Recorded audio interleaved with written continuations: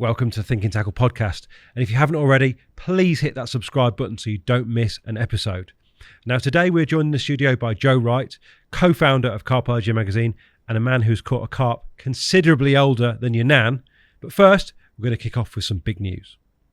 Joe, thank you so much for coming in, mate. And I really want to kick things off by discussing what is probably the biggest news in your life right now, possibly in your life for quite a few years, I guess. Yeah. Can you bring us up to date, Joe? What's been going on? Of course. Well, thank you for having me on. So about a month ago, we sold Carpology. Massive. Yeah. It was a big decision, really big decision. We were approached by, we had no plans to sell the magazine. It was just, we got approached by a company called Kelsey beginning of the year. How does that happen? Right. How does someone approach you and say, I want to buy your baby that you've built over 20 years, best part of 20 years? It was just a letter. So a letter in the post from the CEO, Steve, and he just said, but I can't remember the outline, but basically, were we interested in selling Toffee Publications, the publisher of Carpology? And Rob came in, because it must have been addressed to Rob, and he came into my office and showed me, and I was sort of said, I think this is one of those like, a con sort of letter. It wasn't going to be anything legit. And I said, well, just email him back and see. And then, then we went from there, basically. It was a long process. We, like I say, I think it was end of January. And then we had some initial calls. Then we went down, met them. They took us out for lunch, met who ultimately is our publisher, Oz. And then from there, we then made a decision, obviously went back and forth, lots of questions, then made a decision that we were going to do it, and then went ahead with it, and it was a 3-month process. So how do you go from a position where you're not interested in selling, what has been the work of a lifetime for you, to a position where, do you know what? No, actually, maybe we might.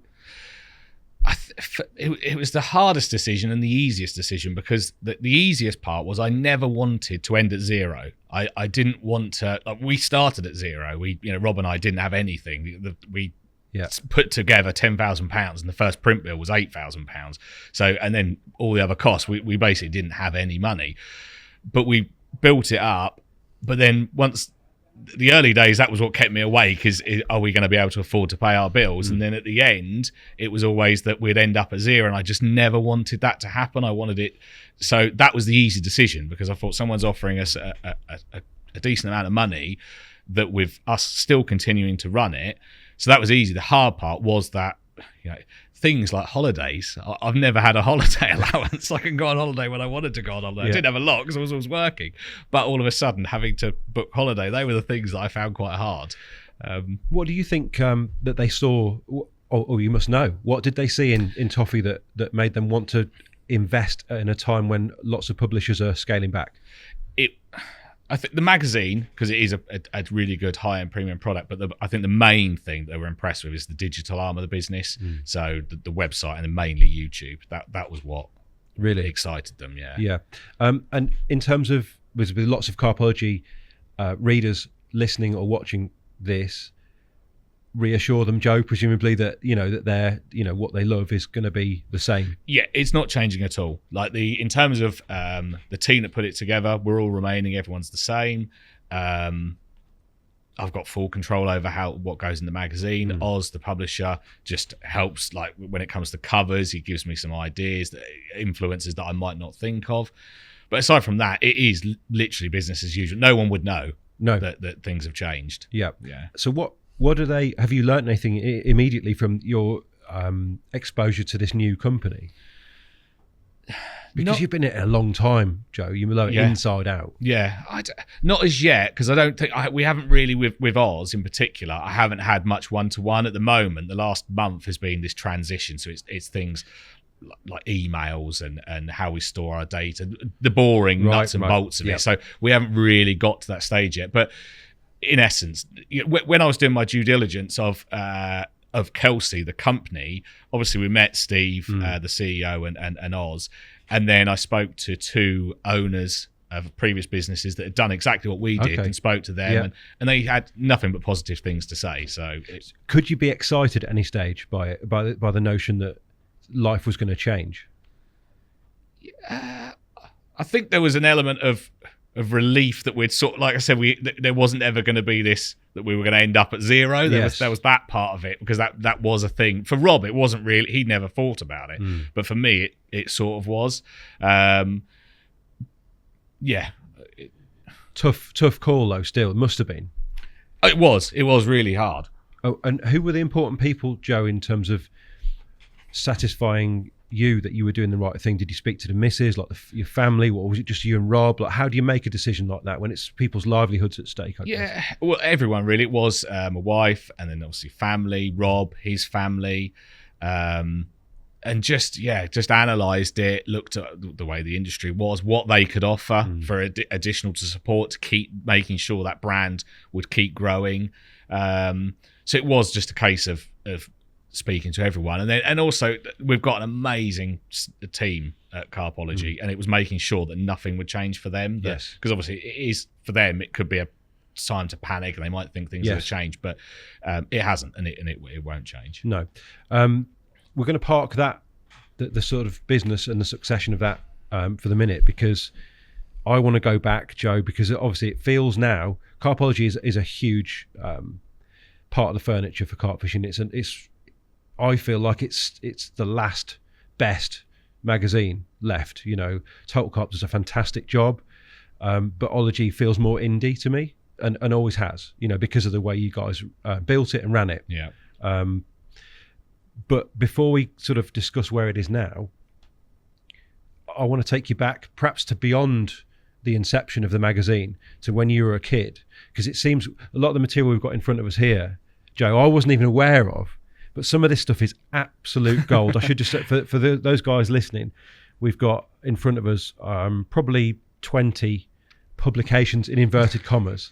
I had to, before we started recording, I had to take them down the hall of the offices, and I had people coming out of the rooms left, right and centre. So what's that? What have we got there? Oh, some old Carpology. That was it. I had to fight them to keep them from taking them out of my hands. But what I've got in front of me is the Younger Carpers Club News 1, Joe. And this is a paper pamphlet stapled. Yeah. And this must say a lot about you. There you go. As a person, and what kind of inspirations you had as a child or kid. I mean, you were young, right? Yeah, I think I was 13, I mean, that's so young to do something. When I put that together. Yeah. And this went out into the world, didn't it? So yeah, the way I did it, it was selling subscriptions. I think I only ever had I think it was there was supposed to be 4 of them a year. I think I got this right. 4 of them a year, and it was £2 a subscription. Yeah. So I obviously wasn't making any money on it, but I wanted to produce a magazine, and I think I had like 10, 12 people that subscribed to it, and I think Tom Ayres, who now hosts the Fisherman Blues, I'm sure he was a subscriber as well. So I don't know if he ever paid, but I think he subscribed. And yeah, it was just something I wanted to do. I've had this weird obsession with magazines from a very young age. I've always loved them. I'm a massive fan of Carp World, huge fan of Carp World.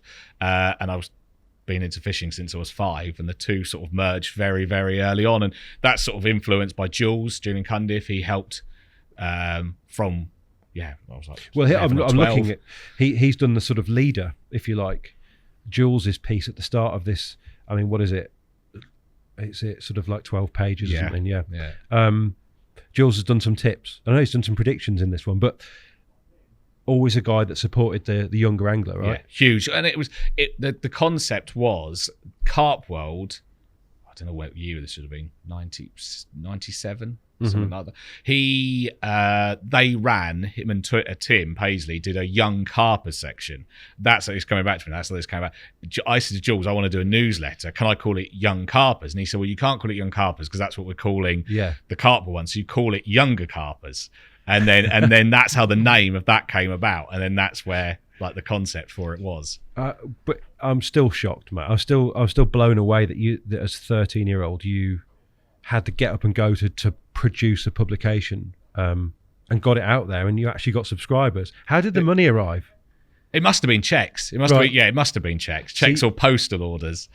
It's just Rich, before you put that one down, can you can you read from the back page? Because that was my favourite bit when I had to go and sort them out earlier. The reviews and jokes. It'll be littered with typos. It was the jokes. I don't know if I dare. No, don't. Please don't. Yeah, don't. They'll be awful. No, I don't even know if they're mine. I want to say I took them off Google, but Google probably wasn't around. Do you know what, guys? If you've let us know if there's any out here that any out there that still exist of the Younger Carpers Club, because this will be as rare as the Longfield News. Yeah, I think Jules has got a copy of it. Yeah. I'm sure Jules has still got a copy. Jules, I did membership cards as well. There was membership card. Jules Brilliant. Has got 001. But Jules probably paid for and contributed to this. I think he probably did. Yeah. He did, yeah.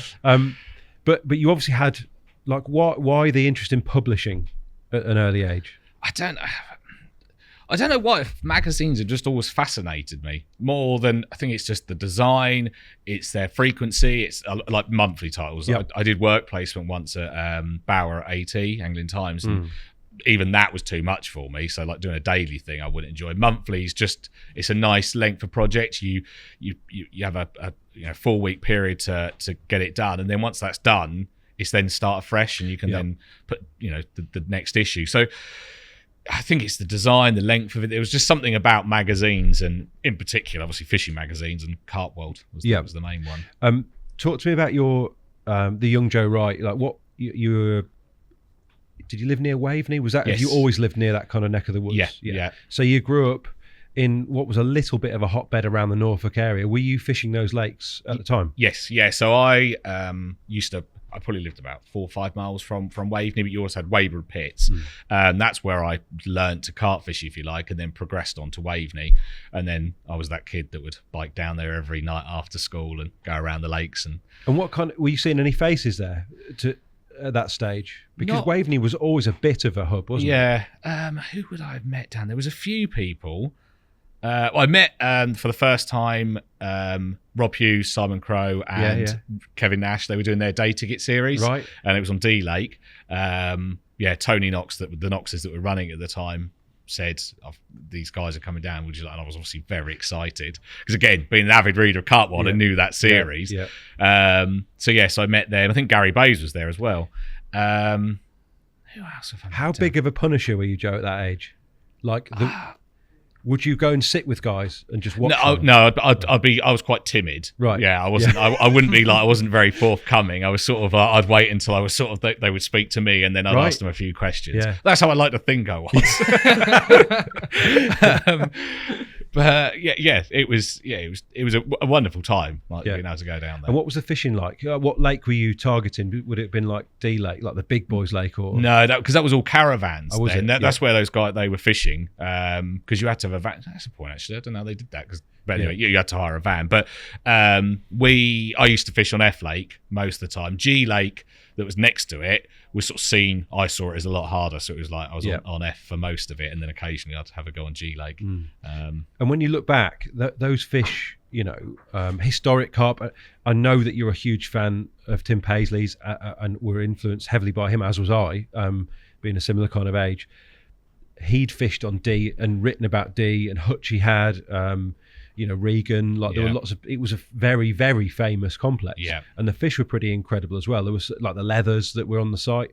Did you aspire to those sort of fish, or were you just trying to get bites? I suppose it was aspired to them. Like, obviously, big scale was the. It was still around when you were there, was it? And the other one was 5-star, which I did catch. I fished on E Lake. Just finished my GCSEs, and as my treat for finishing my GCSEs, my parents paid for 3 days, I think, on E. There was a van free, and that's when I caught 5-star. And that was one of the. How did you catch it? That was I was fishing down where the spit is, down to the back. Were they linked, D&E? Could they get through? No, they can now, but back then they couldn't. They've now cut a causeway, cut through the causeway, but back then you couldn't. But your parents had bought the van, had paid for the van. Does that mean you were tied to a swim and you had to sort of work that swim, if you like? Yeah. So how did you do it? Oh, Rich, I can't remember. Come on, I want to know if it was stringers like Paisley slammed up under the. I've got a feeling I didn't have one, but I have a feeling it was with a bait boat. I think Tony Knox let me use. It would have been the Broadlands bait boat, the ones that are like this long. Joe, and I'm sure it was. Yeah, I'm sure Tony came down and let me use it. Well, he drove it out to me. It was on the back edge.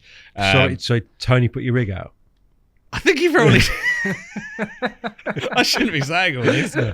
Go on, sorry. And yeah, it was back age. I think so. I think that's my memory of it. And then the bite was at sort of mid-morning, I think. Oh, civilized. Yeah. And then yeah. Were you terrified? Oh, well, it was because I caught another fish from there from B Lake called Oddbod, and that was 27 pounds. It was an incredible looking fish. Yes, yeah.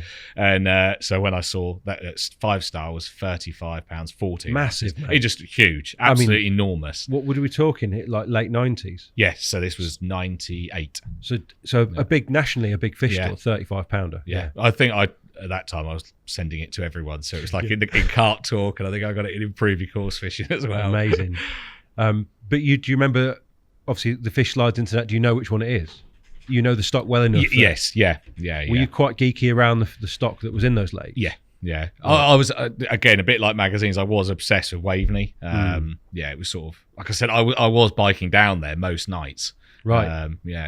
The one thing that we're going to talk about a bit later is how you go from a position where you're obsessive about fishing and being around the lakes to a position in life where it's not possible for you to do those things. Yeah. Can you conceive, are you the same person, Joe, that was so obsessive about fishing and being around those lakes now?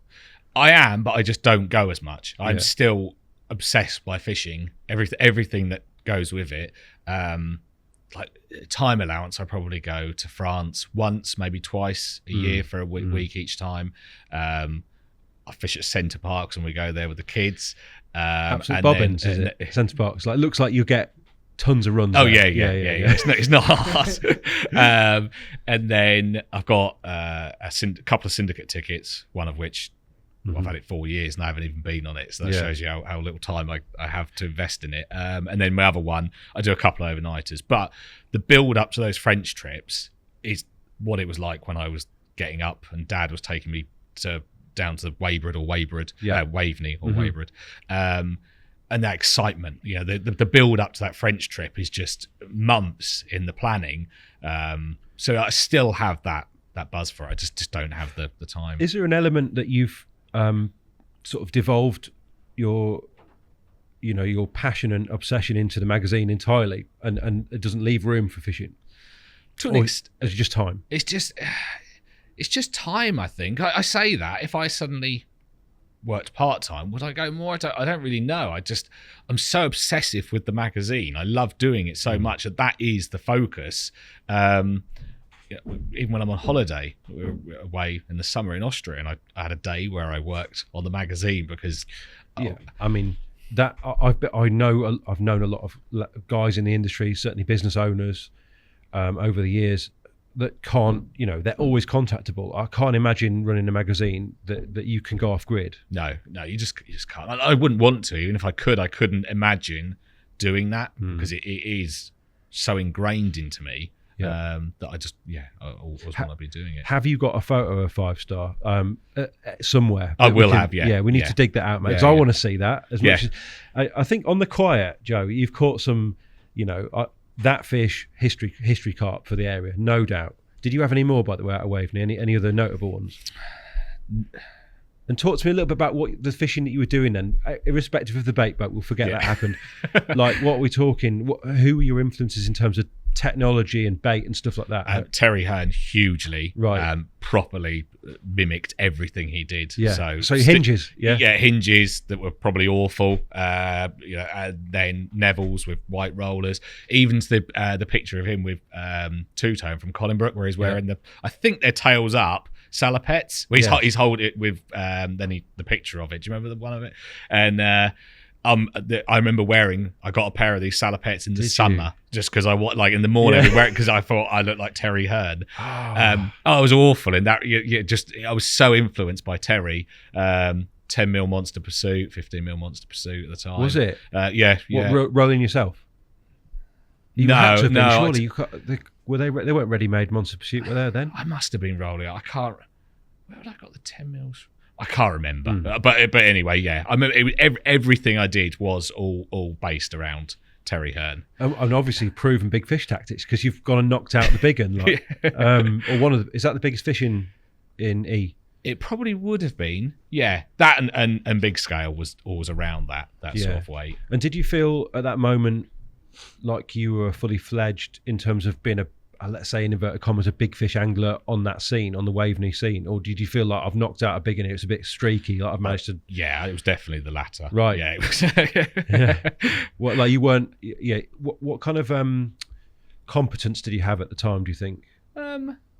Reasonable, I'd imagine. I think looking back, it probably wasn't like compared to how I like to think I fish now. I can't get over that. A 35, mate. If I'd have caught a 35 pounder in '98, well, I think my PB in '98 was like 18 pound or something. Having lived in the Northwest, we didn't have those fish, but that would have been seismic. Yeah, it was. It was an incredible fish. Yeah, I remember just being blown away by it. It was amazing. And because your folks had hired the van, does that mean that you weren't then able to obviously go and try and replicate it? You couldn't go straight back down there, could you? Because you could. The only time you could go on any of those like C, D, and E, part of G Lake as well, was if you had a van, and they were until I think it's end of October, and then through till April time, which is when a lot of the big boys, that's like reading Paisley and stuff, they went in the winter, didn't they? A lot of them. That's when you didn't need a van, so anyone could go then. Where that was the other F Lake. You could,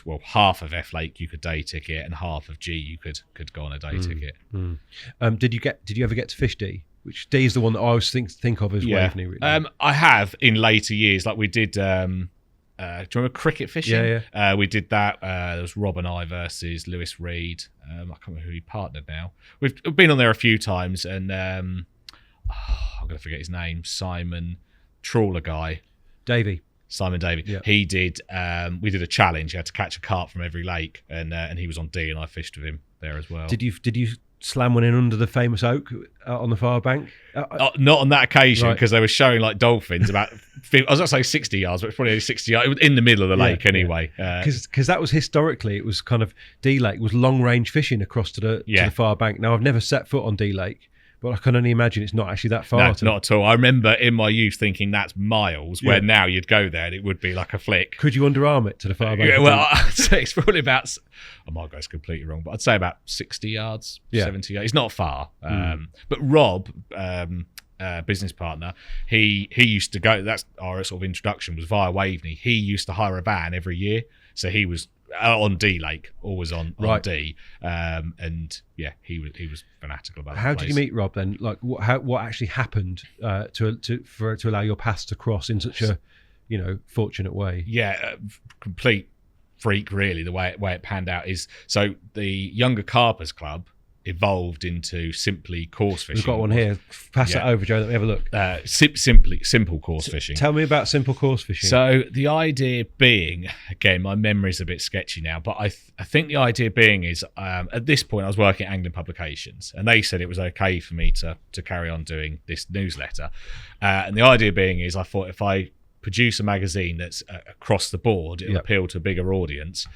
And I can't remember. I think it was like free of charge. I think the idea being, I don't know if I thought about it this much, but it was that it would be free, and then at some stage, whether it be advertising, which is an idea that ended up coming back to you for Ology, right? And then, so I basically did. Sorry, I've completely in terms of what it is. So then I was printing, designed that, and then I wanted to print it on a larger scale rather than on my bubble jet at home. Yeah. So Tony Knox, who owns Waveney, obviously knew Rob because he was coming up and fishing the lakes, and he knew Rob was a print farmer. So he said to me, "You need to. This guy that I know from London, he's coming up in a couple of weeks. He was on a day ticket actually on this occasion. He's coming up. Why don't you come over and meet him? And he might be able to like sort you out a cheap print price." So I went over, met him. Immediate chemistry or not? Again, I don't remember. I remember I liked him, and we obviously got on well. And it was sort of like one of those. I told him what I wanted to do, and it was sort of left as that. Then we must have had a few phone calls. And then he said, "I've got an idea for we could sort of make this magazine bigger." And then we went.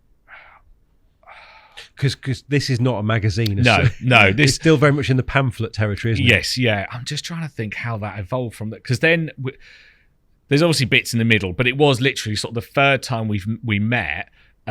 He said, "I've got this. You want to do a carp fishing magazine? I've got an idea for how we could like sell that magazine." Yep. And he said he was printing a magazine called Rider's Digest, and the guy produced an A5 magazine that was free of charge, but it was funded by advertising.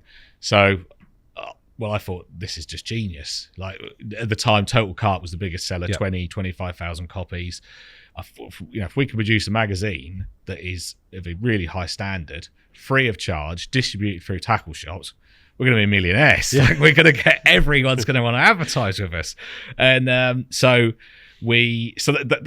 ultimately how our paths crossed. And then very naively, I suppose, I was only 21 at the time, we just sort of did it. And I just said, I handed my notice in at Anglian Publications. He was moving up to Norfolk, Rob was. He handed his job in, and then we sort of, it happened at that point, just sort of jumping ahead, but to fill the story in, I knew Damo, Toby's dad, pretty well.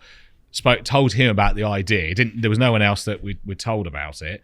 And then he said, you want to speak to John Hannon, who was doing all the ads for Korda and a few. Who happened to be in your neck of the woods as well. He was in Norwich. And I knew how John is just an incredible designer. So I was obviously very excited about that. Damo said he'd do the introduction. So then we went, and Rob and I went and met John. And then that was it. We just, Well, let's talk the details then, Joe, because you haven't got a name at this point, presumably. Where does the name come from? So we threw loads of ideas around. The one that we had sort of settled on was Screamer. That was, and John had done some amazing concepts for logos. But then when we looked into it, I think this is true. I believe it was a German porn mag. Right. Whether that is actually true, I don't know. That's what we were sort of led to believe. I'm not going to Google to confirm. By the way. So that obviously stopped. And then John was speaking to Martin Locke, who Martin was one of John's clients, and he said, call it Carpology.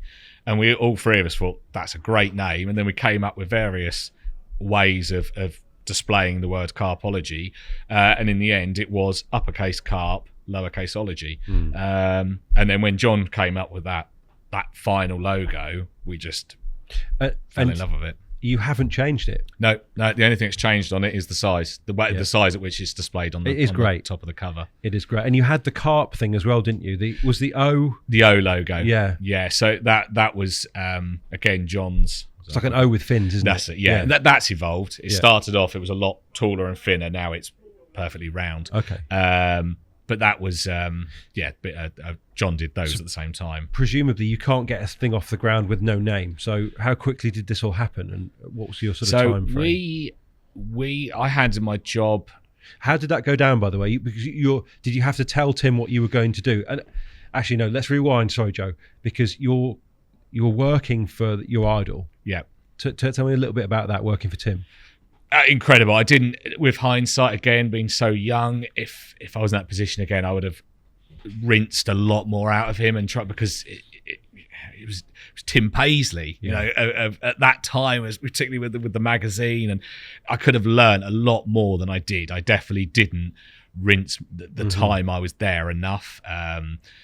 But it was amazing. Like, he gave me so many opportunities. I got to fish Birch Grove opening week. Amazing. That was just incredible. Is this what's on in this page here of your simple course fishing? There's a picture of, looks like a bit of filming going on at Birch. Another highlight of the year was making the Birch Grove video with Tim and John. Yes, yeah. And I think Pip and Jemima were there as well. I think they came down. So that was great. And then also Tim organised for me to do some amazing interviews of people. Rod Hutchinson. The first one I did was with Rob Hughes. Just anyone you can think of. I probably did 10, 15 of them. Why do you think he trusted you to do that? What had he seen in you that meant that he was going to send you and do what is probably a fairly significant interview with somebody? That's a good question. I don't know, Rich. I don't know what he did see in me. I think to get the job, whether it was just my work ethic and persistence, really, because to get that job at Angling Publications, I just kept writing to them and just kept saying, "Can I have a job?" Yeah. And I sort of led with that I could build their website, because this would have been 2000. So websites are very much in their infancy at that point. And I sort of had a very, very basic idea of how to build them, which it transpired I didn't really know what I was doing at all. But I think that's what I sort of sold them, that I'd be able to do this their website. So I went there on that, and then just I don't know, just kept working hard at it, and I got more and more like projects that let me do a few reviews and bits and pieces, and then Tim ultimately then let me go out, and I think my first main mag feature, technical feature, was with Nick with the stick, the dynamite stick. It just come out in the moment. In the moment. I remember that, like, incredible. Going down at Linear or somewhere. Yeah, it was on Hardwick. Yeah. That's a bit of history right there. Yeah. With an actual stick as a plunger. It was with a plunger. Yeah, right. Yeah. And early, presumably it was the Korda, like, funnel web, was that? Yes. Yeah, it was the funnel, and that would have, and the dynamite meaty marine in the can with a little bit of Whittle Pepper Army or something. That's it. Yeah. And truthfully, and obviously Nick wasn't the name then that he would go on to be. That was very early days for him. How did you find sort of meeting these guys? With Nick, I was just amazed at how little he took. Because I fished as well. I remember we walked from one point all the way round to the other point, and he did it in one go. There was no barrows. I think I did it in 2 or 3 because I had so much kit compared to him. And also at that time I remember being like sort of idolizing him, really, because of the fact that it was in the early Realtree. So he had the Realtree drag, and he'd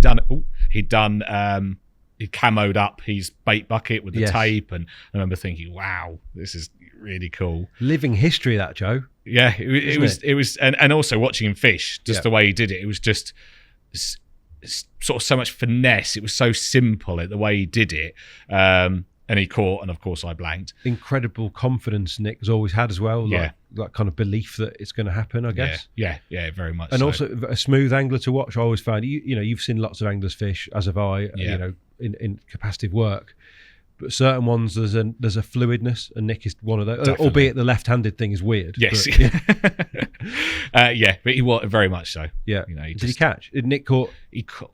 I think he got 2 or 3. It was a good feature. It worked really well. Oxford Originals. Yeah, beautiful. Scaly. It was lovely. Living the dream. So you've gone from living the dream to a position when you're handing your notice in to presumably a Tim who's, a bit wounded by that. Yeah. Again, the way I dealt with it was, with hindsight, I wouldn't do it like that. I'm sort of putting on the fact I was young, so that's it's not really an excuse, really. But when I told them I was leaving, I said that I wanted to do something else. I wanted to go travelling, and then and ultimately I wasn't. I was going to. Oh, you wouldn't be the first or the last to have done that, Joe. And again, I found Tim very intimidating. And B, it was like, at that point, the Angling Publications empire was huge. Tim was so influential that I feared that if I said I'm going to start a magazine, he'd jump on it straight away. He would jump on it, and obviously it being funded by advertising, that their clout with advertisers, I just thought it's going to scupper that. And that's ultimately how we did it. What is lovely though is the kind of is the fact that we've come full circle, and Tim now writes in the magazine. Yes, yeah. Which must be amazing. It is, yeah. I was when I was a bit apprehensive about asking him to write, but in the end, I just thought we'd had a bit of correspondence. I can't remember what it was to do with, and then I just said, "Is there any possibility that you'd be interested in writing for the magazine?" And we did a big. I went via Jules. That was it. We did a 4-part interview with him, and I spoke to Jules first and said, "I really want to do something with Tim, but I don't know if it's a good idea me approaching him because we haven't spoken in 17, 18 years." So Jules sort of sowed the seed, and then Jules sort of oversaw it all, and then from there, Tim and I started chatting again.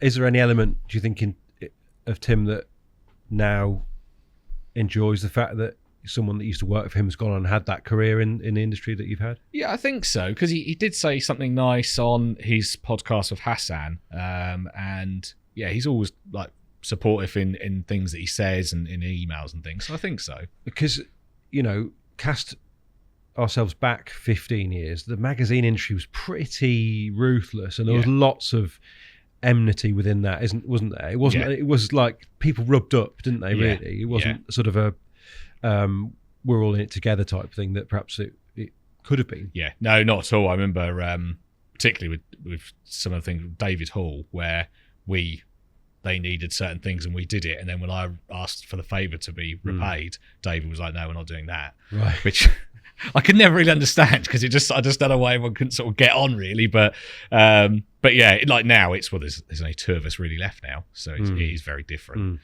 I feel so you've to get us back on track, you've handed your notes into Tim. Yeah. You've got no income. You need this to happen pretty quickly. How did you do it? So we went back. This would have been the September, sort of mid-September 2003. Formed the company, and then we still didn't have a name for the magazine. And who was involved at the time?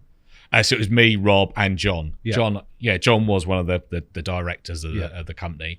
And then I can't remember. It must have been because we got the media pack back on the Christmas Eve. It came back, so we put together this amazing, which is here, media pack. Yeah. And so we obviously had the name. Must have been December time or whenever we would have done it. Got it back from the printers Christmas Eve, all really excited about getting this media pack back, and then we opened up the first page and they'd printed it upside down, or binded it upside down. Yeah. So they obviously then had to reprint Welcome it. to publishing. Yeah. So disheartened. And then the first issue was launched. There wasn't a huge amount of time because it was launched, I think it was something like the 24th of Feb. It was towards the end of February. So Toby just popped up a picture of the media pack. Joe, just describe to us what it is and what it's supposed to do, and perhaps what it didn't do. So it's A5, which was what the magazine was going to be, A5.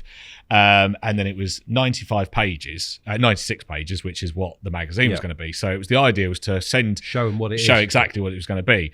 But rather than create a whole magazine, what we did is we created 16 pages and then just repeated it. But what we didn't do is tell anyone that's what we'd done.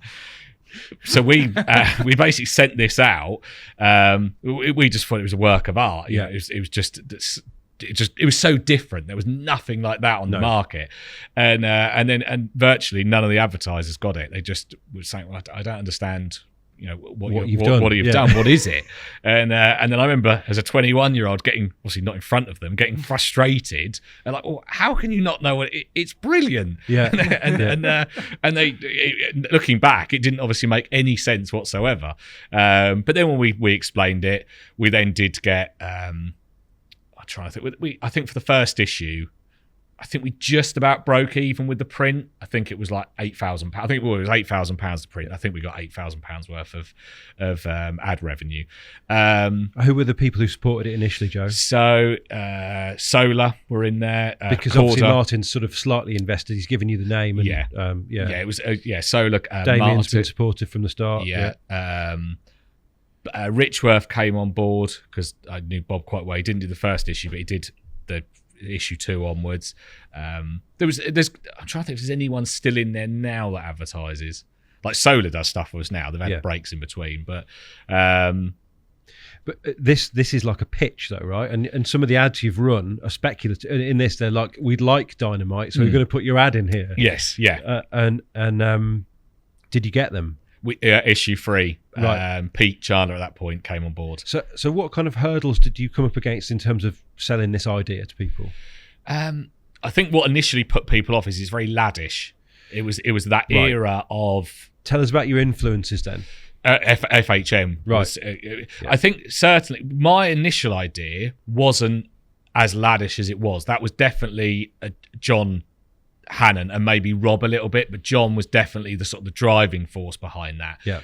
And you can read that in the editorial. That's John's words. That's not my words, because I wrote my words, and John was like, "No, this it needs to be more the tone of what Carpology is going to be." And then he wrote it, and we were like, "Wow, that's brilliant. Let's go with that." So I think those influences were, but like then John said, let's go and buy FHM and Loaded. That at the time, I don't even think Nuts and Zoo magazine were around then. And it was very much taken from the style of Is the that writing. because you had those sensibilities as well, or were you kind of forcing that a bit? I feel like we were sort of forcing it a little bit. As like I say, I think it was more John was sort of more the driving force behind that. A genius, John's a very special kind of mind, isn't he? Yeah, incredible. Not just a designer, really. No, well, writing is phenomenal. Like we went and did a first fish at JRC. Do you remember when Jeff and Lisa bought? I think it was just called JRC 1. Le Friterie. We went over there in issue 5, and John wrote the article for it. And it was absolutely brilliant. Like it was so He's funny, isn't he? Yeah, as well? Very, very funny. Yeah. So that's where the sort of the influence for those early issues came from. And I think that was sort of the where people, advertisers, like I remember at ESP, I forgot Peter Drenner's daughter, Sally. She didn't like it at all, and they didn't advertise for a long time because it was just very. And when I look back, it was very laddish. It's and also issue 1 was full of swearing, which was like we were sort of. Again, I think John and Rob were more for that. I remember I wasn't overly keen on it. And then at the back of issue 1, the feedback was just very mixed. You either loved it or you absolutely hated it. Which is a kind of a win, though, right? Because at least some people loved it. Yeah. It was enough. Yeah. Definitely. It was very, the people that loved it really loved it. Was there an element of like, did you guys sit down and think we've got to position ourselves away from the other publications here? Yeah, I think that's why John had this idea. I think that he wanted it to be in that style with that design, the way it was design led. And then from issue 2, because of one of the reoccurring things was the swearing, reoccurring comments was the swearing, we then removed them. I'm just looking at some of the words in here in the media pack. Joe, you've got new writers who are out there having it. Undercover stuff, proper reviews. These are, you're aiming for something a bit more independent, a bit less corporate, and a little bit, untapped. Yeah, it definitely was, and you could see that from issue 1. The writers, we had Regan, absolutely brilliant, and that was a recommendation from Damo. He was the one that sorted that, and then Pete was with us from issue 1 to issue 97, and it was by far the most popular. So this is. Oh, here we go. Yeah, we've got a pic. Just describe to those of us who can't see it, Joe, if we're listening, what are we looking at there on screen? So the issue 1 cover. How did you choose the cover shot? Actually, you finished describing. Sorry, what is that picture of Regan? Sorry, I didn't mean to jump in there, but I've just noticed that. So we pinched him in Photoshop. Again, that was the sort of thing we did. It was like you wouldn't get that in DHP or AP. No. And we pinched, which he didn't actually find funny. We were in hysterics when we did that, and we just thought it was absolutely brilliant. But yeah, Pete didn't find that particularly funny. But the cover shot was of a trip I had to Redmire in just before. It was in the January before we launched. But what made you choose that, Joe? To be honest, Rich, I can't remember. I think we decided not to go with a catch pick, and it was then a scenic, and I brought these slides into John, and we were looking, and then we sort of said, we'll go with that. And you can't really see a huge amount, to be honest. You can only obviously see. No, you probably wouldn't do that today, would you? No, not at all. A lot of sort of dead space on that, isn't there? Yeah. But a big word free across the bottom. Yeah. Talk to us about some of the writers and how you secured them. So yeah, Regan was through Damo, and yeah, it was just he was brilliant, And the first few issues we taped, and it didn't really work because the first issue we included all the swearing, and if Pete well, he loves to swear, so it was just littered. So then from issue 2 we removed them, and then I think from issue 3 or 4 he started writing his own pieces, and it was far better. They were brilliant. Then Damo, again, I think at that point that article was on making high vis pop-ups, which again was like a thing. Dynamite had just launched the Frank Warwick range. It was and I don't think many people were doing it from memory. Then we got Cockle that was probably just hasn't gold. written since, has he? No. And I tried to get him, and I think Sip tried to get him as well, didn't you? I think Elle knows him a bit. Yeah. And he basically just said no, he's not interested. But again, that was a great piece. It was a 2-parter that again, with hindsight now, we would have got more out of it than we did. It was probably like a 500 word interview, and now it'd be a 4,000 word long form. And then with Simon Scott on Raisbury. So I met Simon. How had I liaised with him before? Because he was at Spa Shop. We met him at the Bell pub at Workwall at Waveney Valley. They were netting the lake. Oh, yeah. Okay. And we met him and Sean at the pub when all the students were in there. Sean Leonard, yeah. And we took them the media pack, because this was before we'd launched. Showed them the media pack, said, you can't tell anyone yet, this is what we're doing. And Simon and Sean just liked like what we were trying to do. Mm-hmm. And then from that we did a netting piece on Waveney, and he also did a Raisbury piece. And then Roger Bowskill, I have no idea how we met Roger.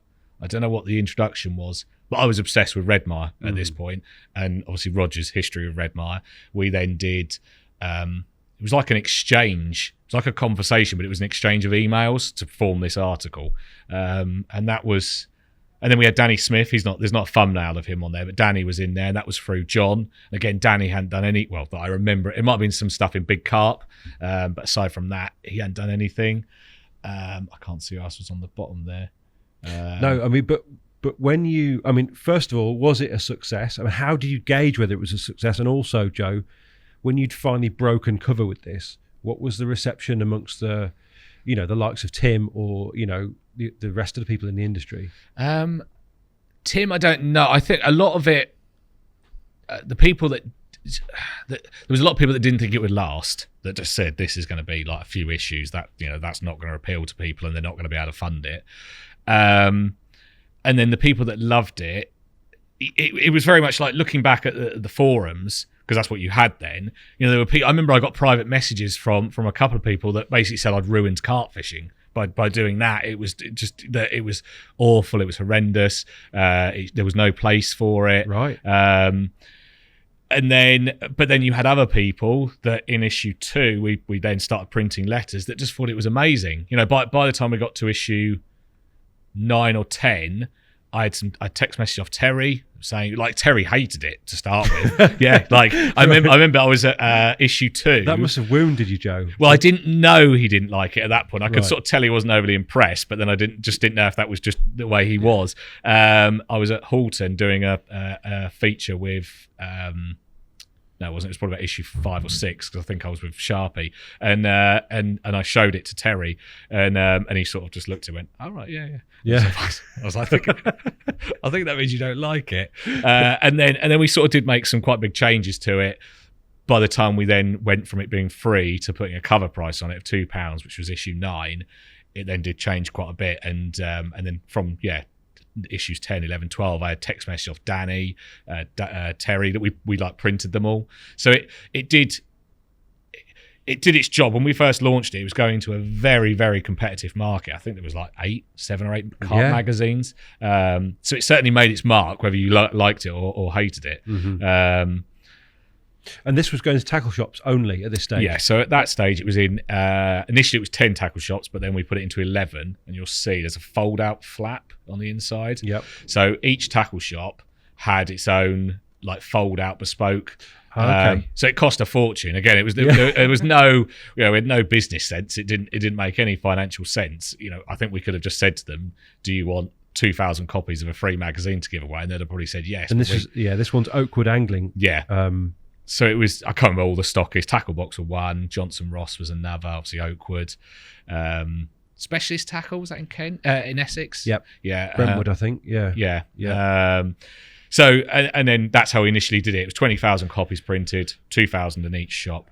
And these things, do they still come back to you? You still see people with these? Do they still get in touch about having kept these? A few people, yes. Yeah. Because, and why the size, Joe, as well?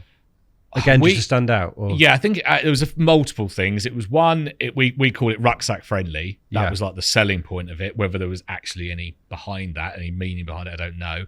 But A, it was different to everyone else, and C, it could have been price as well. It was obviously half the price of printing it. Right. No, I mean, I actually like it. It's kind of it's incredibly busy, isn't it? Looking back. And it's fair to say your mag is now entirely different. Yeah. In almost every way. Yes, yeah.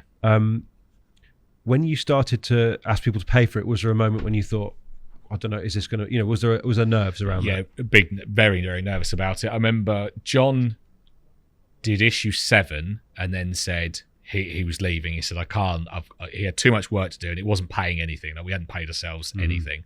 And he said, I can't do it. So then we got another designer that Rob knew. He took it on. And then when John left, again, it was another chance meeting. The house Rob bought when he moved up from London to Norfolk, this guy Carl used to run a couple of businesses, had sold them. He was sort of semi-retired. Rob said to me, we can speak to Carl. I'll introduce you to him, see what he thinks. Then Carl came on board, and the first thing he said is, we've got to put a cover price on it. So from issue 9, I think we did issue 8 was the last one that was free, and then issue 9. I can remember just before we launched issue 9 with a cover price on it, we had a couple of advertisers get in touch, and I said, I just think this is a mistake. We should just keep it free, because once we build momentum, people will get more on board, and then we'll start. We'll make more money that way. And Carl was like, no, it's definitely the right thing to do. Put a cover price on it. So then we went from I think it was 11. It was in issue 10. Then we went to 11 when it was free, and then when we went to issue 9 with the cover price of £2, it went into about 200 shops, and it's to an extent worked, and it got us to we did issue 9, 10, 11 and 12, and then on issue 13 we made the jump and then went into the high street, and that was the sort of the big jump. Really? And how did you negotiate these kind of deals with the, to take what, if you're a wholesaler, how are they going to take you guys seriously at this point? So we spoke to, because like now, if you approached a big distributor, they'll take you on straight away. But back then, magazines were in their prime, and we spoke to 2 or 3, and say if they were 3, 2 of them didn't want us, and then the final one did. And it cost, I think it cost us £20,000 to get a listing in Smiths. Yep. Supermarkets weren't really a thing then, as in for selling it. Like where Smiths was the main, that was the place where everyone picked up their particularly specialist magazines. So then, it cost us, I think it was about £20,000, which we didn't have. I think we took a loan out to pay for that. How are you living at this point? Very much. I was with my dad. Yeah. Mega supportive. And I think he gave me, I'm going to call it family allowance rather than pocket money, and loans. I think I took out a loan on with the bank, or a credit card. I can't remember. Rob, on the other hand, so I didn't have anything. I didn't have any children. I didn't have a mortgage. Rob had a mortgage, 2 children and a wife, and I think he remortgaged once. His parents had to pay his council tax a couple of times. Like we hadn't earned anything, or if we did, we'd earn a couple of £1,000s. So yeah, it was. But this was like getting into Smiths was going to be the point where we were thinking, this is make or break now. If this doesn't work, then it's not going to work, and we're going to be in a lot of debt. And did you have to kind of give up any ambitions you had to fish at that point, Joe? Or were you seeing this as a way to fish more? Like, I think Tim's fairly open about the fact that Carp World allowed him to fish more. Yeah, I think I did fish more, because I think I certainly I was going out more to shoot features, and I was then fishing more. Yeah, so definitely thinking about it, I was, and we had a bit at the front of the magazine called The Social, which was in essence an Instagram. But back in 2004, it was like all our pictures of what we've been up to for the month. And yeah, looking back through that, there's pictures. You fished everywhere. Yeah, and it was everywhere with everyone. I got to fish with, when I was Sharpie in the early days when it was on Burfield. My mind's gone blank now, but there was lots of people. Everybody, presumably. Yeah. Nige was a big part of Ology for a long time. Yeah. Was he kind of key to getting you into a certain scene in terms of the anglers, or what was his significance to you at that point?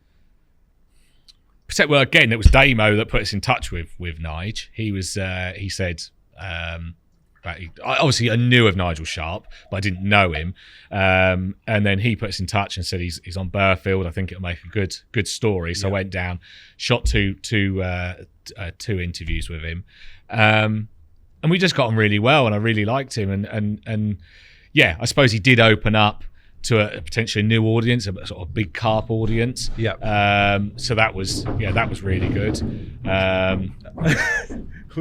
We've just had the train go overhead again. Oh, that is a big one as well. Yeah, that is. Are we going to ride that out, Tobe? Yes. Let's just ride it out, Joe. Yeah, we'll ride it out. Do you know what? I was just pouring myself a glass of water then, practically over the top of your simple course fishing pamphlet, and I thought, you know what, this is not the time.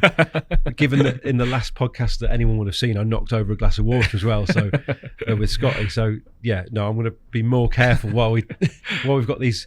In fact, put those over there. Let's put the important stuff over there, Joe. So, in terms of, I think one of the things that I'm really interested in is how you were living and how you were working, really. Like, because obviously you have to do. You're the main man doing content. Yeah. You're the only guy initially. Yeah. You're taking photos and you're writing. How does that work? How are you getting it across to your designer? How hard are you having to work to do that? And what impact it's having on your life? So at that point, because I didn't have any children, I don't even think I had a girlfriend at that stage. So I just worked and I loved it. They were the hardest times, but they were the best times. They were just like when I've read about startups, like in Silicon Valley, where you have the CEOs that they just don't want to sleep. They just want to be working all the time. And I remember that's how I was. It was just, I wanted to be doing, to the point, I probably shouldn't say this, where I didn't even want to bother showering, because it meant I'd lose 10 minutes rather than just getting to work to be able to work. That's how passionate I was to it. And I was doing everything at that point. I was doing writing all the content. I was taking the pictures. And we were trying to do it in a different way as well. John obviously had a very unique way of designing it, and I was trying to do pictures, like take different angles of things rather than a rod setup, taking it how everyone was doing it. It was taking it from different angles, so it made it different to what the other titles were doing at that time. And then when it came to the design of it, I didn't really have too much of an influence when John was doing it. I remember we had a few conversations where I said, can we add in like a few like more panels, make it more bitty, and that was sort of my influence on it. But then when John left, I then became very sort of involved in it. It's something I always loved about magazines, with the design, and that's stayed with me from issue 7 when John left to 228 now. We're talking just about digital photography at this point. Yes, about. Yeah. On the luckily cusp. for you, yeah. Well, the first issue was actually, most of it was done with slide. Yeah. We which obviously cost an absolute fortune, because we ran off however many rolls of film, had to get it developed, and that was a shock, because prior to that, when I was at angling pubs, that was all slide. But obviously, I had no idea how much that cost until we came to that. And then Rob said how much it will cost to get them all scanned. And then I think issue 2, we then got it was that Canon that everyone had. Yeah. Like 350 or something. Right. And then we went to digital. Which must have been a blessed relief. Oh, it was, yeah. Well, we would have been bankrupt for issue 3. We wouldn't have been able to afford it. I mean, when you sort of look back at those times, is it with affection now that do you think about the madness that you had to go through to I would never change that. They were just awesome. Like they were just again, at the time, you sort of probably don't realise, like anything, I think when you look back at it, and it was really hard, and the work-life balance was just completely. It sounds to me like you haven't really been able to address that through most of your career, though, Joe. Yeah, yeah, totally. It's only since I've had children that I've had to change. Where when I look back at when we launched the other title, Maximum Carp, that was just relentless. That was it was almost 7 days a week, probably. Maybe not 12 hours a day. It would have been 12 hours a day. I was in the office anywhere between. I remember going in some days at 3 a.m. Most of the time it would say 5, and then being there till 5 in the evening, going home, having some dinner, and then working from home. So it would have been burnout. Like I was, you can see that with the magazine. Like it was a bad time. Like everything was going inwards, and it was reflected in the magazine. And did you feel like the content and the quality of the content had suffered, and had you seen like sales drop as a result of that, Joe, or was it? Yeah, right. Yeah, but on both sides, yeah. The magazine was, I like being critical of it. I think it was awful. So there are issues that you don't even really want to look at then. Yeah, I'd say it's around between sort of issue 90 to 120. They were just awful issues. Right. Like the quality of them. We were driven by advertising dictating the content. It was just everything about it. It was in a vicious inner sort of circle, and everything was going wrong. Really, mag sales weren't great. Yeah, it wasn't a particularly good time. What is interesting about that time is though that you'd been very bold and launched into the kind of the technical market, I don't know what you called it, but with Maximum Carp. Yeah. Now that was around for a few years, but for those of us who didn't see it, just tell us a little bit about what the situation was around the launch of Max. So Carpology was aimed at more the seasoned carp angler. So we wanted to do a sort of a technical magazine, so to compete with Total Carp and Crafty Carper, which is the biggest part of that market. Yeah, that was the thing. It was the biggest part of the market. And we launched Maximum Carp. It was a great magazine. Really did think it was a great magazine. So that was issue 1. I mean, there are obvious parallels with Improve Your Course Fishing as you look at that. Yeah. Even down to the strap at the bottom there. You know, like it's very, that kind of impact cover shot. Again, not a fish shot. You've launched another magazine without a fish shot on it. Yeah. So that, like you say, it very much was Improve-esque with the tick boxes at the bottom and. Lots of numbers and bold headlines.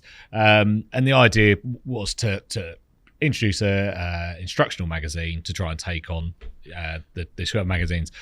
With hindsight, I don't know where it was ever going to go, because we were never going to compete in terms of mag sales, because we were never going to have that distribution, which then meant we weren't going to compete with them on ad revenue. So looking back, it was again... I suppose it was a bit like when we launched Carpology. It was a bit sort of naive the way we did it, really. You'd have thought we'd have learned.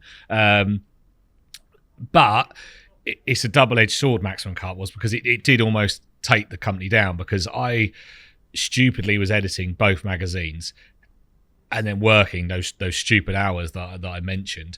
And both titles suffered for it, because I was cutting corners, because you're just doing, you're literally got a deadline every 2 weeks.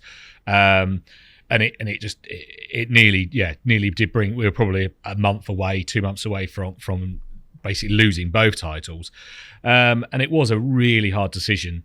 Even though it was pulling the company down, for me it was a really hard decision. For Rob, he just called it like a gammy limb and said to cut it off. Where I remember like going to see my dad and I was in tears about it, and I can't believe it. It's just not worked, and I can't see how it's going to work. But that was the savior of us as a whole publisher, because it transformed Carpology. Because once we got rid of Maximum Carp, we then and the company literally went back to, it was just me, Rob and Lou. I can remember that again. That was fond memories. This was now 2014, so I might have jumped ahead, but that was back in 2014. And we literally, it was almost like a blank sheet of paper. It was like, right, we've virtually got nothing left now. There is only 3 of us. We need to start again. We know we can make Carpology good again, and then we'll just build everything else around the brand. And one of the big things, and sorry, going back, in that sort of period between issue 90 and 120, everything sort of went wrong. Like we bought a container of clothing from China that was cost price to us was 70 grand, and it all shrunk. We bought, and it was just, well, then in 3 months we spent 70 grand on clothing that we couldn't sell, £30,000 on a website that was awful. It didn't work, and the company that we'd built it with had properly shafted us. And then there was a few other things that went along with it. So it was just proper tough. Like nothing was going right. And then everything then went right, where we had this circle that was just doing this. All of a sudden we started chipping away and it was going that way. And then you could see the wood for the trees, and you could see that if we did this it would generate that, and then all of a sudden everything changed, and we used a new company to do the website, and that's where Max came in. That we were what saved us really as a publisher, why we've sort of managed to keep going and others have fallen, is we jumped on the digital stuff quite early on. And then with Max, we had this 3 years worth of gold content, lots of beautiful illustrations, really, and it was still current, really good imagery that hardly anyone had seen. So we used that as the strategy. We had this new website built. Again, at that point, mobile first design wasn't really that common. And we had that. All our typefaces that were in the magazine were pulling through. The same fonts were pulling through onto the website. It was beautifully laid out. So it was design led with the articles. So we had that, and then we had this content that we could upload to it and then share on social. And we went from, I think the figure was about 1,800 uniques a month. Within a year, we're at 100,000.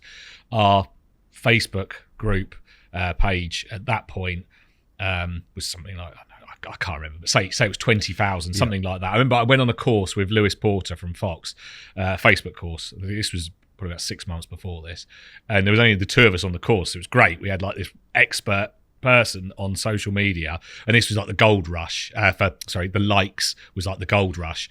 So it was all about getting those figures up, those likes up, and so we did this course, and then what I learned from it, I could then put back into action basically with this content, and then Facebook went from 20,000 to 50,000 to 100 to 150 very, very rapidly. And then consequently, we then had more advertisers come on board, which then meant more money for the magazine. And then that's what then basically pushed it forward. And was that a collective sigh of relief, Joe? Like, was there a moment when you thought, do you know what, we've turned this round? Was there one moment that you remember? Yeah, I think, issue 126 is an issue that I look at mega, mega fondly, because that was the first issue about a month after we had this moment where we sat down, this blank piece of paper, me, Rob and Lou, and we'd basically, because we were then sort of free to do certain things because we'd got rid of this, as Rob put it, gammy limb, we had a spot colour on that. So yeah, that's the cover. So this is issue 126, September 2014. It had Gaz Fairham on the front. So everything sort of just aligned. We had this website that all of a sudden was brilliant. We had this massive amount of content that we could put out and loads of people could read. Gaz had agreed to start doing some writing with us, and it was when he was first going over to Belgium, and his writing is amazing and his photography is incredible. We then had a spot colour, so like a fluorescent on the cover, and we also went up in pagination. We'd always been 132, apart from issue 100 where we went up to 164, I think, and then this issue, September, we went to 148, and then the issues after we then went up to 164 and then into the 200s, and then the following issue Terry agreed to do our rotary letter, and the issue after that he did a 7-part diary series. So everything aligned from having this awful period where it just felt like anything you did went wrong, to then all of a sudden it just went right. I remember Terry, it must have probably been about a year after that 7-part series, so we're still on this sort of gold run, if you like, message me to say, do you want, if you want any writing, I'm up for doing something. And you're like, that just doesn't happen. Have you still got the message, Joe, somewhere? I'll probably still got it. But I just couldn't believe it. I was like, this is incredible. Yeah. What did you ask him to do? That's when he did, we called it was quite lengthy, the Terry Hearn, the Terry Hearn rotary letter extension. So it was basically our rotary letter, and he was answering himself the questions that the other contributors were posing, and that proved popular. And what was it like to work with Terry? Because obviously, as we determined at the start from your Waveney experience, he was someone that's influenced you from day one. Yeah. There's a few people I get excited about when an email comes through with an article, but Terry is right at the top of that. When that pings through and it I can't remember whatever his email it comes through saying Terry Hearn, that is a really exciting moment, because you're going to have beautiful copy, and then the photography is equally as lovely. And is it actually a source of some satisfaction for you when someone cares as much as you do about the aesthetic? Like Terry clearly, and Gaz. Yeah. And you probably can tell me more people, but where they really give a shit about what it looks like at the other end. Yeah, Terry, 100%. He's messaged me before to say the Reed Pro looks beautiful this month. The pics look great. He really takes a great deal of care in what he sends to me, and then how it is reproduced when it's printed. And the same with Gaz. Gaz, I think one of the things Gaz liked, well, I assume he likes about the magazine, is the style and the sort of tone behind it. And he also guest edited as well. Gaz, I'm going off on a tangent now. No. Tell us how it differs now. Like, what are the, obviously it's night and day between this first one that we've looked at and this 126, but what does Ology stand for now? Like, what are the kind of things that people can expect? So now one of the reoccurring themes that you get from old readers, whether that's Carpology or people that used to read Carp World or any other magazines, is on a forum post or a Facebook post, is they'll still have this mindset that the magazines are how they were back in 2012. Just, it's all advertorial led, yes. You know, an advertiser dictating. That just isn't the case. Like, it's sort of a frustration of mine, because I'm like, that you haven't read the magazine then, because that is not the case. That there just isn't really anything in the I'm trying to think, like, there might have been a couple of articles where they have been, you know, tied in with an advertiser, but it's still good content. The rest of it is, every part of it is dictated by what I think people are going to want to read, and I have a big spreadsheet for each issue of the year and a working Excel alongside it, and what I think people are going to want to read is what goes in there. There's no part of it that I think, right, I've got to support that person, so that just doesn't exist anymore. And did that, because obviously having worked in that environment as well myself, albeit for a bigger company in DHP, that seems to be the murkier side of it, and people are right to pick up on this, the idea that sort of advertising led content is not a good thing, and we seem to have moved past that as an industry. Yeah, definitely. Yeah, we have. There's just the only thing now in the magazine that sort of ties in is like the reviews at the back. But then if there's 10 reviews, 5 of them are reviews that got no connection with the companies, and the other 5 are people that we'd want to include their product in there anyway, like Nash or whoever it might be. They're information about products that people are going to want to know about anyway. Do you think that consumers of content are more savvy now than they were in terms of, I feel that we, because of the world that we're now exposed to, you can pick a kind of a dud. You know, you can pick something that's a thinly veiled advert now, can't you? You can't sell people that, and actually you shouldn't, none of us should try. No, totally. It's content because it's great to start with, and that helps everybody. It helps you to sell the mag and help people enjoy it as well. It does. And the thing is as well, when you're going to people that you want in the magazine, you're approaching them because they are the best people that you're commissioning, not necessarily when you go and do an interview, but you're commissioning Gaz, Terry, Adam Penning. They're brilliant writers, they're brilliant photographers. So you're getting content from them that there's no like secondary meaning. You know, it's just saying, can you write an article on this? And it's about that. It's not trying to sell anything, where years ago it may have been, but that just doesn't exist. I quite like this idea that you're the kind of, it all comes from you, Joe, the content, and it always has. Is, will I enjoy this?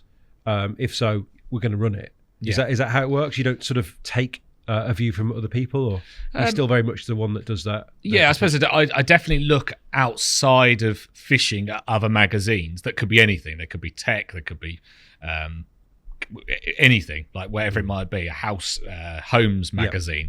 That obviously has but it's looking at ideas of what they do. Same with our YouTube channel. It's like looking at what other people are doing and then thinking, oh, that works as a concept, and then speaking to the right people that I think will be able to execute that. But it is just it all sort of comes from like what I think people will enjoy. Now, obviously, you don't fish a lot these days because of, you know, we talked about the fact that your time is extremely pressured. Do you feel like in any way that hinders your ability to generate the content that people are going to enjoy? Yeah, I think that there's an element of that. I think if we were doing more like, I don't know, let's say more on the bank stuff, that it might differ. But I do feel like I still have my finger on the pulse in terms of what's happening within the industry. Whilst I'm not out on the bank as much fishing, I still have a grasp of everything that's going on, because it's just a big passion of mine. I love fishing in general. So there are definitely, when I go out fishing, when I go on my trips to France, there's a lot I take from that. So I think going more regularly probably would stimulate more ideas. But I do definitely take, when I'm there, I think, oh, I probably wouldn't have thought of that idea if I hadn't have been fishing.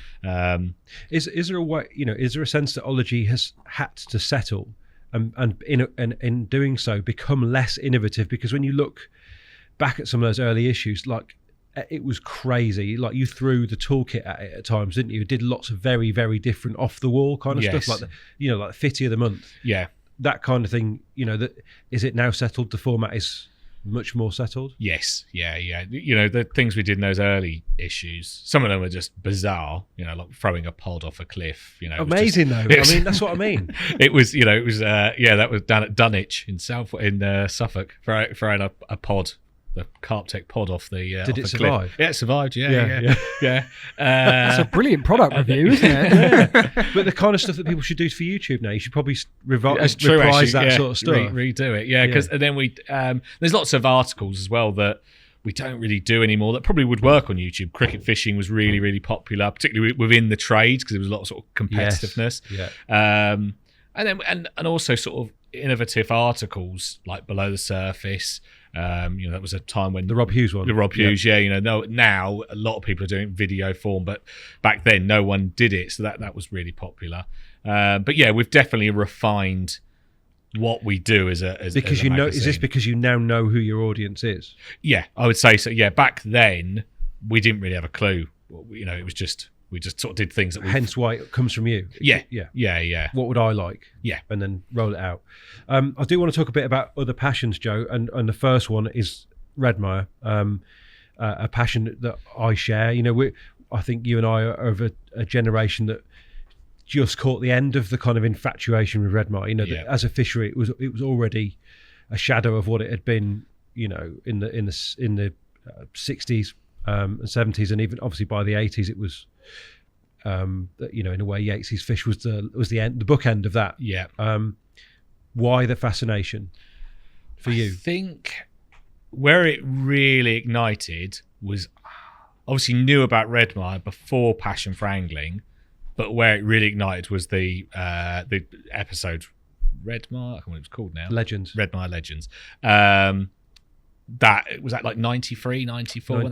92, I think. It was filmed in 89, I believe, that the pilot episode at Redmire, and it was definitely that episode that ignited it, where I was just obsessed with Redmire. And then I remember a couple of times trying to book when you used to do the telephone. You used to phone Les, and it was done through the Carp Society, and they never got through. It was always engaged. Still the same today. Is having tried it this very year? Oh, really? Yeah. I haven't tried for a few years now, and then I did finally get through, and I went in September 1999. September. No, hang on. Is this the trip where you caught raspberry? Yes. Yeah. Right. So. Whenever I think about people who've caught certain carp, I can never get your capture of raspberry is one that sticks with me. I'm just like, Joe Wright caught raspberry. Like, somehow someone that's the same age as me, more or less, caught a fish that John Nixon caught in the 50s or whatever it was, probably the 60s. Incredible, mate. Tell me about that trip. So that trip was, it was just incredible. Quite sad. Just before we went, probably about a year before, my mum passed away, and then I had this trip booked, and Dad came with me, and he stayed in an Airbnb. Well, no, it wasn't an Airbnb then. It was like a B&B, the original Airbnb. And because I don't think I could drive then. I don't think I could have driven. And he drove over there, took me there, and he was really excited. And then he stayed there, and then had this session weekend, Friday till Sunday, and then I believe it's all a bit of a blur now. I was in Keffords, and we've got some evidence of that. We've got some maps, but they're we don't need to show those. Where I'd drawn out where the fish were bubbling each day, and I caught it would have been the early hours of Sunday morning. Hang on a minute, I want to stop you because I want to know what it was like to get there and see Les and drive down that slope. Oh, incredible. So me and my dad, we got there so early, sat at the top of the driveway, and I think was it like 11 o'clock, 12 o'clock you can get on? It's something like that. I can't remember.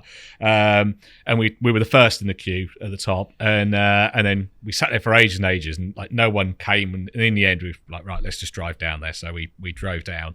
And sure enough, we were the first to get there. A couple of other guys. So you drive down through Benithan Court, which is the estate. Yes. You drive down through farmland and then past a couple of workers' cottages in the main house. And pull up round, then you drop down a hill, and then as you come down, the classic where you see Chris Yates going down on his bike, you see that, and then you come down, you've got the gate, and you go in. It's just beautiful. Like, it's just silent. Like, it's just incredible. No one was. Had they gone? The previous lot. Had gone, and the other two, because I think there was only 3 of us on, because the other 2, because you normally have 4, the other 2 were friends, and they turned up later on.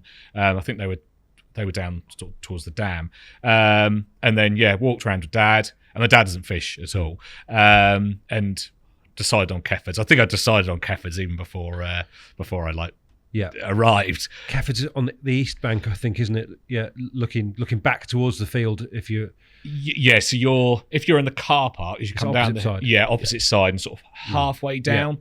So I settled, went in there, got my stuff, said goodbye to Dad. He went off to the B&B, and then set up. If I remember it. So you were on your own at Redmire? On my own at Redmire. Wow. At age 16 or whatever, that was 17. I'd have been 16 or 17. Yeah. I definitely hadn't passed. I must have. Yeah, I couldn't have been 17 because I hadn't passed my driving test. I was late 16. And really undergunned. Like, I don't know what I would have done if we were saying that, because I don't even know if I had a camera. I can't. It's just annoying. So I can't really remember how it all went now. But anyway, so set up, and remember I did a bit of float, like stalking in the day down in the shallows. I think I was just sort of trying to mimic the passion for angling, like going down, and then I remember had this bite, and it was so bizarre because it was I think it was early hours of Sunday morning, and like 3-4 o'clock in the morning, and had this bite, and it was still dark, obviously still dark, and played it in, and I remember thinking, this doesn't feel like a big... I thought it was an eel. That's it. I remember now. It's all coming back to me. So I thought it was an eel because it just wasn't doing anything, and it didn't feel like it had any weight. And I was thinking, I really don't want to catch an eel. And I didn't have a head torch or anything, and somehow bundled this fish into the net. Got it in, went and got torch, looked at it, and I was like, this is enormous. Like, I couldn't believe it. And I didn't have any idea it was raspberry. No idea. It wasn't until... well, I'll come back to that. So I then got it out and hooked it. And I'll be honest, I don't remember.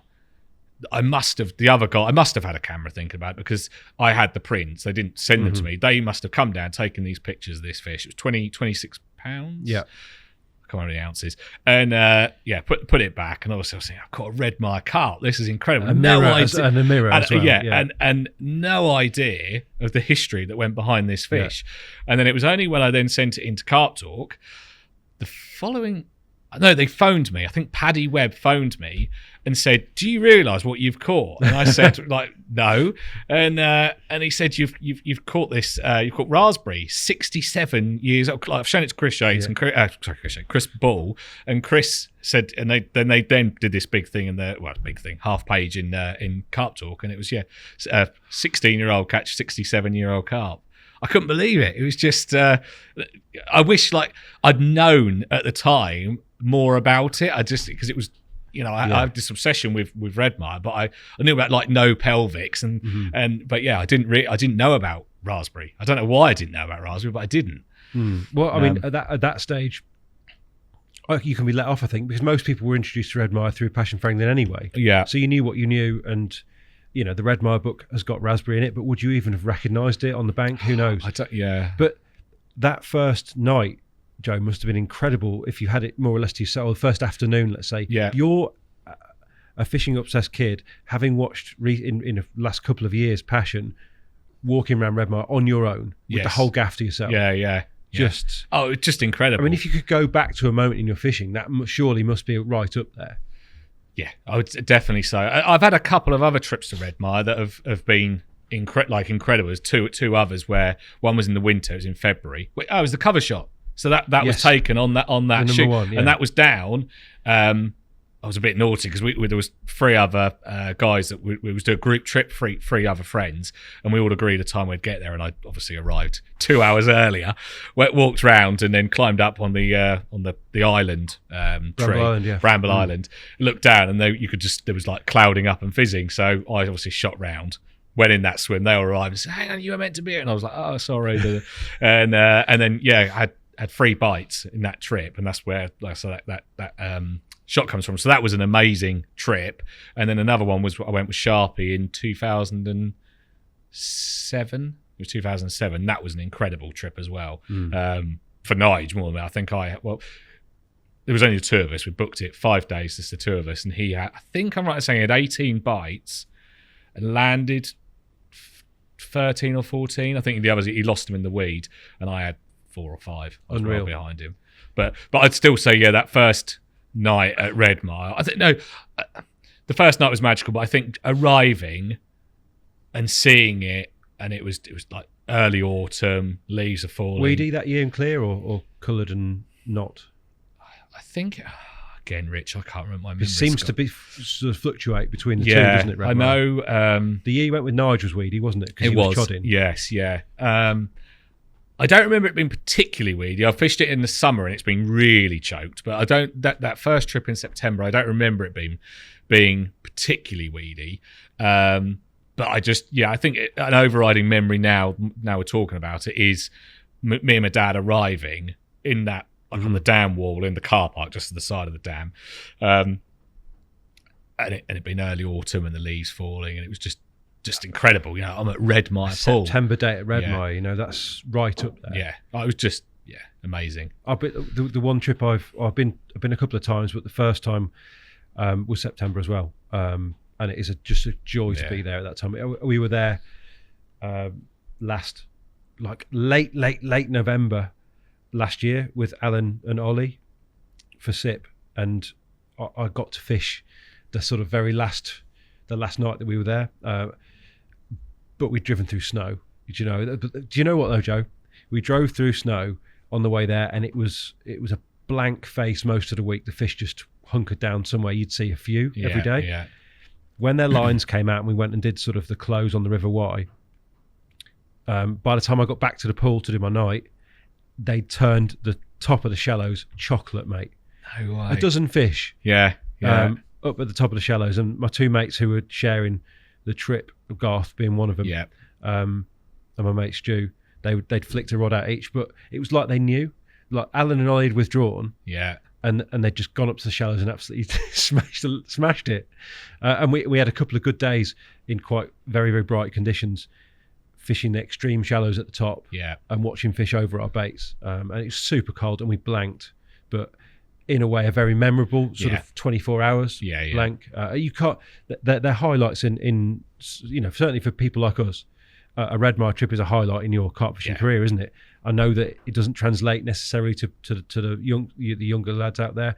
And why would it? Because the material isn't there.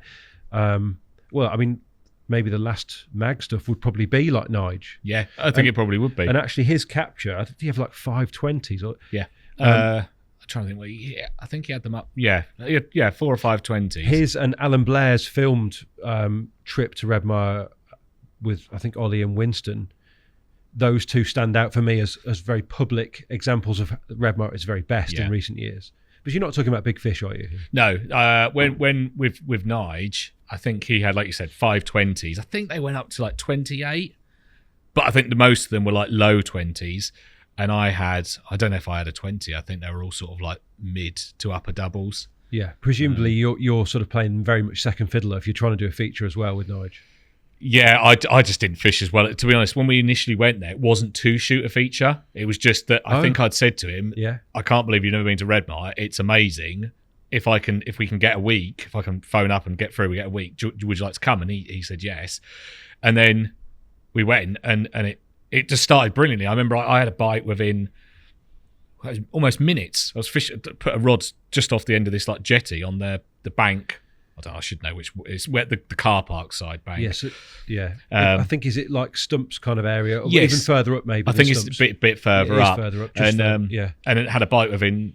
It seemingly like we'd only put it out and it went off straight away, and it was a 13-pounder, and then it just sort of snowballed from there. And yeah, Nige just fished brilliantly. It was just incredible to watch. And then on the back of it, we've got a cover shot here, and we've got to get a feature because this is just incredible. Which is the huge difference between what you guys do now and what many of us do, is that you can retrofit a feature to something once you've got the pictures of the fish. Whereas if you'd gone to try and film it, Joe, you needed to do it from the start. Yeah. And it wouldn't have worked. So that is the beauty of magazine work. Yeah. But an amazing capture. And from memory, did Nige? He absolutely clumped him on chods, right? Which just seems. Yeah, was it chods or hinge stifflings? Or hinges, right. I think it was hinges. Was he in Pitchfords or somewhere like that? Yes, he was in Pitchfords, and he just fished it so well. It was just the way he found these like channels, and then it was hinges, and just the way he was sinking his line. It was just, I hadn't seen him do it before, and it was just like just worked perfectly. And then baiting just boilies right on top, like in this tiny, like I don't know how big this hole was, but like pinpoint accuracy, and then he sort of staggered them, and then that was during the night, and then during the day he was at the shallows floater fishing, and I think it was sort of a 50-50 split off the top and off the bottom. It was a masterclass. Like, it was relentless as well. I remember thinking, I'm enjoying this, but this is a bit of a holiday for me as well. So I'm not quite as enthusiastic as he was, where he certainly deserved all the bites. And when was the last time you like picked that magazine out, let's say, and do you ever do that? I fancy just reminding myself what that was like. I probably do it on a monthly basis, actually, because of not just of one topic, because I'll go back and look at, if I'm doing the October issue, I'll go back and look at all the October, so I then pick up like key things that I've forgotten about. Like, I think the one with Nige is, I sent him a picture of it the other day because I'd been working on the October issue, which was that October issue 2007 or whenever, I think it was 2007, and then sent a picture saying, Christ, didn't you look young back then? It's like 15 years ago, whatever it is. So you sort of, I reminisce, if you like, on a monthly basis, because they'll be when I'm going through old issues. Yeah, I mean, and you have documented all this, and it's almost like a personal archive, Joe. Yeah, that you've kind of grown over the years, and presume you can still pull from that. Do you, as Ology, pull stuff from the past? Would you not rerun stuff, but revisit stuff? Yeah, there's certain like smaller things. So like in the Screamer section, so we did actually use that name in the end as one of the sections in the magazine. It still stands now, which is like the bitty part of the magazine at the front. I'll do a in this issue of in October's issue of Carpology, and I'll do it last year, 5 years, 10 years, 15 years, and I'll pull out key things. But it's only a small thing, and it just shows how things have evolved, really. And I'm sure this is the most obvious hackneyed question going, but do you have a favourite issue? I think it goes back to that issue 126 with Gaz on the front. So as late as that? Yeah. I would say even I think it's just because what it means to me. It's not necessarily, it was a brilliant issue, but it was such a turning point, I suppose, in my life, really, that we'd been through this pretty rough patch, and then that was like seemingly the sort of start. Now I look back at it, the start of when positive things happened, and things started going the right way. And what about prior to that? What about balance of content? What about sort of cover shots that really, stick in your mind?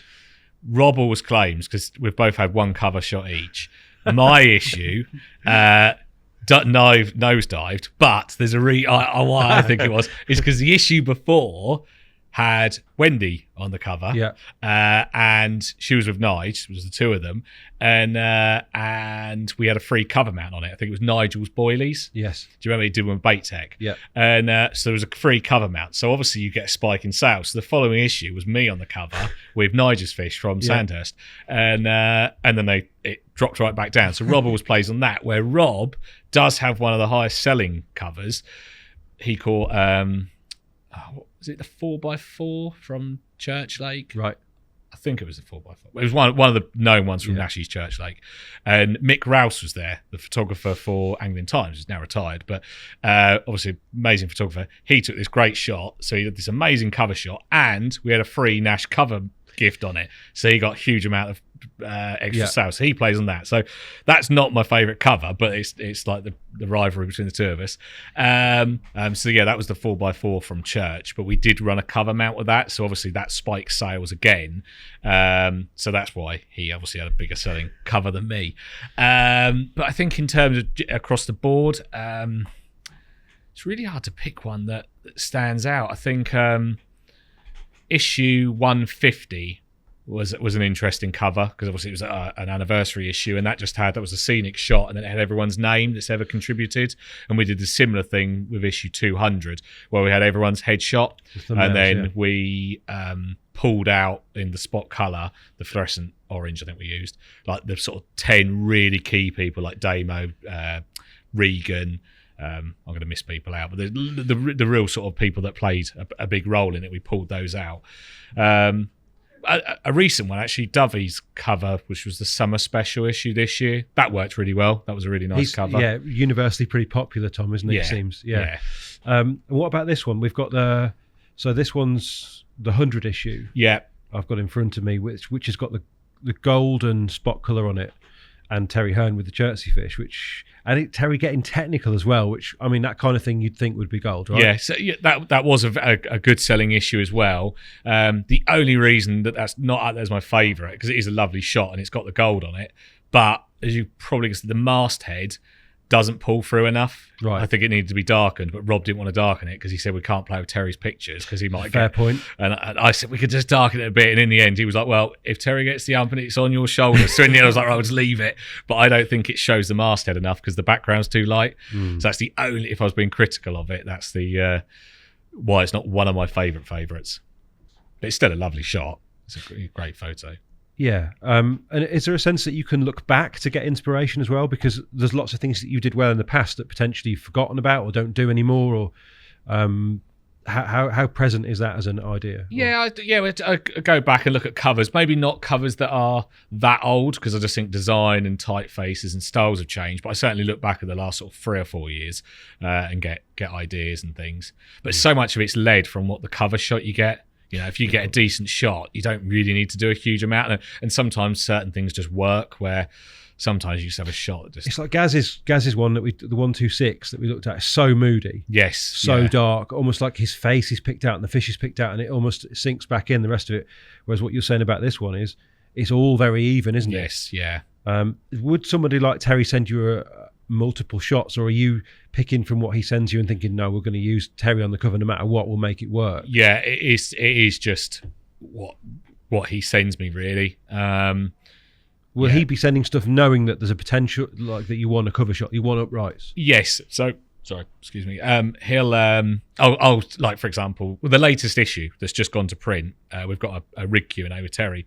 And I said, I'd love to put you on the cover. Have you got any suitable uprights? And he sent me one over that was a lovely shot. And, said we'll go with that. I sort of didn't want to go back too much back and forth saying, can you find this one and that one? Not with Terry.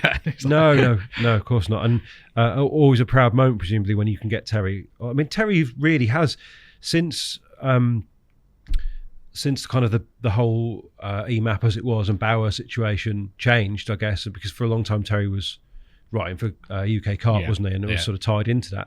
You guys are where you can find Terry, I guess, in a public sense, aren't you? Certainly before the ESP videos that they now do. Yeah. So that must have been a huge coup, really, to get him. Definitely, yeah. When we got the him when he said he'd do the diary series, that was just, it was one of those. I sent him an email, and just basically said it'd be amazing, because it's like I say, this was around the year of that issue 126 that I was referred back to with Gaz, that I emailed him and just said, like, is there any possibility you'd be interested in doing a diary? And we started off with the rotary and then said, what about doing a diary? And he said yeah, do it. And obviously we had that, and then, like I say, a year later he then messaged and said, would you like me to how many something? diaries how diary pieces it was seven part, because I know that he'd had reservations with the UK Carp diary, because obviously of its frequency, presumably a lot of what he was doing was almost in the moment. Yes, yeah. Whereas monthly he could be a bit more, and also, exactly that. But I think from memory he was writing about probably a year behind. Right. It was like looking back at, so it might have been, time he wrote it would have been November time. October, November of that year, and I think he was either the previous year or the year that we'd just done. So, obviously, not talking numbers, but what's the best-selling cover shot, Joe? That what would it be? Because I'm sure you told me ages ago that bizarrely, like the Jamie Smith cover, done really well for you. That was a good one. When he was holding it. Yeah. That was good. That was issue. Who would have been Jamie? Lovely guy, bless him. But not the most well known. Yeah. That was a great cover shot. That one. That's years ago. That was like issue 40. Was it 47, 48, something like that? 49. Who's been the biggest seller? I should know this because I do know it's gone. Like I said, Rob's is up there. Yeah. Even to today. Even to today. Because the thing with us, with our sales is we've always sort of hovered collectively around the 10,000 mark, where Advance, when you were there, with 18, 19 and total was 20, 25. When we first went into the high street, we were sort of 6 or 7 and maybe not even as high as that, maybe 5 or 6, and then a couple of thousand subscribers, and then it went up, and then that might go up a little bit wholesale, and then a few direct sales, and it's always hovered around that mark. So we've never had this huge. It dropped off during that period where I said, but so Rob's was obviously at that sort of, I don't know when that was. It was like around sort of 2008, 2009. But I would guess a high selling issue would be. It was your cover shot. That's it. I remember now. Not with me on it. I should point out. Yeah. It was the one with Terry where he's got when you did that interview. The face. Where he's holding the mug. It's the classic Terry. This is going to sound like I've set this up now. That's exactly how it Shut looks. up, Tobin. It's just come to it. That's our best selling issue. Right. Yeah. Because that was a 2-part interview that you shot or taped, and then obviously the cover shot. It was September 2017. Maybe. I don't remember. It was issue 163. But I remember you weren't thinking back now. You weren't. God, this is going to make it sound like I did know this was coming. He was winking at you off camera, wasn't he? You weren't sure what to do, and you went with the one of him smiling, which obviously is kind of not the vibe that anyone would go with nowadays, is it? No, yeah. Obviously, it worked. It was the positive tell vibes coming off. Well, it was just the mug, the hat, the smile, and it was just Terry, wasn't it? It was like you say, quite often you go for the sort of the moody looking shot maybe nowadays, where that was just it was just perfect. And it just, I think the only headline was Icon. Yes. I think it said Icon, and then I think it was a very small strap line. And I think that was pretty much it. Is there a chance then that my shot might be the best selling ology cover ever in perpetuity? That'll be my little accolade. I think I don't think we'll sell more than that now, wholesale particularly. Amazing. Yeah. No, I genuinely am pleased that is. Oh, look, he's found. Oh, there you go. Yeah. So there's a few more lines on it, but exclusive interview Icon. Yeah, it's just like a great shot. It's just tell, isn't it? Like you say. Yeah. But bold for you to go with that, because surely there are not many people in fishing whose face you would use and expected to sell. The only other one actually that did sell really well like that was Mark Pictures, and that was a very dark shot. Right. It was shot in Alex Grice took it, and it was a shot in I think they were in like a cafe or something, and he's holding a mug. And he's looking a bit more serious, I think. But on that one, we superimposed "It's Carp" because it was in the era when that was that's what it was his tagline, wasn't it? "It's Carp," and that was a good selling issue. It feels a bit like you can plot your life through mag covers and like that's when we did that and that's when that happened, rather than being that was the birth of my first child. It is very much like that. It's like when we did issue 100, we did 100 greatest Carpology moments, and it is like looking for, when I was doing it, it was like looking through a visual diary, thinking of memories coming back of every single part. 100 greatest Carpology moments, and are these 1 to 100, as in like the top 100? Yes. Can you remember? How many can you remember from the top 10, Joe? Number 1 was that we're still here. Yeah, that was. I like that's good. That was number 1. Another one was at Save. We got to fish with Brox up. That was quite incredible. Oh, amazing. And I should know this. What's the furthest swim? You have to walk all the way round. A Save? Yeah. Oh, I don't know it well enough, mate. Oh, it's the longest walk round. We were like, we're going to go there just because we know we're going to blank, but we'll go there because it's Save. What else did we have? Top 10 moments. Top 10 moments. You can do it, Joe. I think meet Regan. I think Regan's in there. Yeah. I'm sure you'll be able to, it's towards the front of the magazine. I can't find it. This is, keep going. It's before. Yeah. Next page. That's life and photos. Keep going. You should get to the number one in a minute. There you go. Oh, okay. Yeah, we're still going. Okay. So you've got. We're still going. I'm going to say Save. Yep. Number 7. Number 7. Going into W.H. Smith. Number 2. Is Regan there? No. But I can help you out. You've got. I mean, these are actually more landmarks as well. You've got Max as number 5, which obviously is Max was going. Max was still going at that point. We hadn't hit rock bottom by then. Hardware comparison. So you've got the heat map thing. Yes. Yeah. I was Fitty there. Fitty's number 9. I can't believe we put that in there.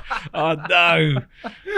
Talk to me about the evolution of Fitty and why you got rid of it. So we started it in issue. That's why I brought issue 5 in. Yeah. So that's because that was the first issue that had Fitty the month in it. I don't know whose idea it was. It was either. I definitely don't think it was mine. I think it was Rob's or John's. But you got to shoot it though. I'm sure that was a well-attended shoot generally. It was Rob and I that always went on it.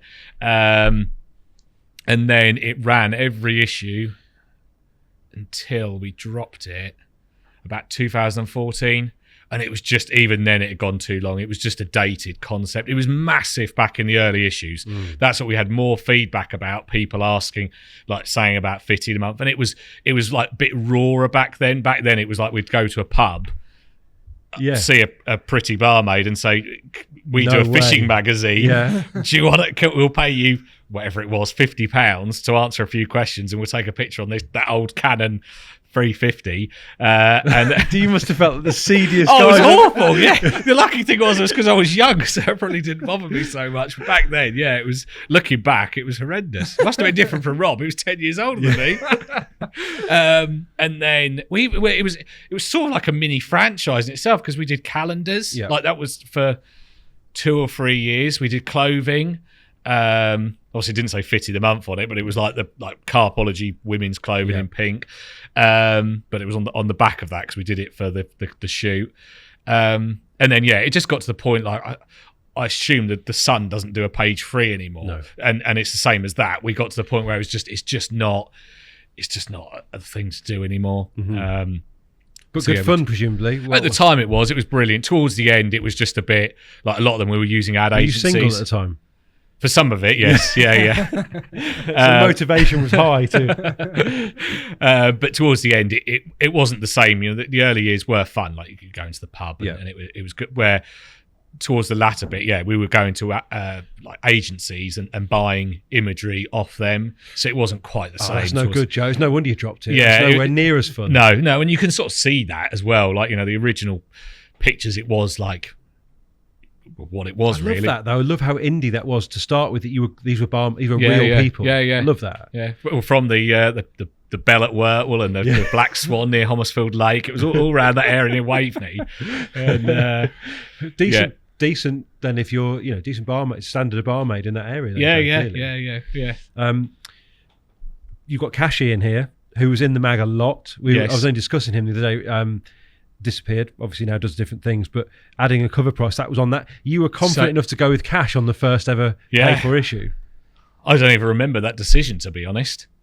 I don't remember that decision of putting that on there. Not saying there's anything wrong with cash being on the cover, but big name at the time. Yeah. That was obviously putting a cover price on. You went up to A4 at that point, did you? Yes, that was because we'd been A5, and I just said I think we need to add people to see a perceived value, that if we're going to charge now for it, it needs to be the same as our competitors. So that's why we went up to A4, and it was £2. And then when we went into Smiths, I can't remember what the cover price went up to.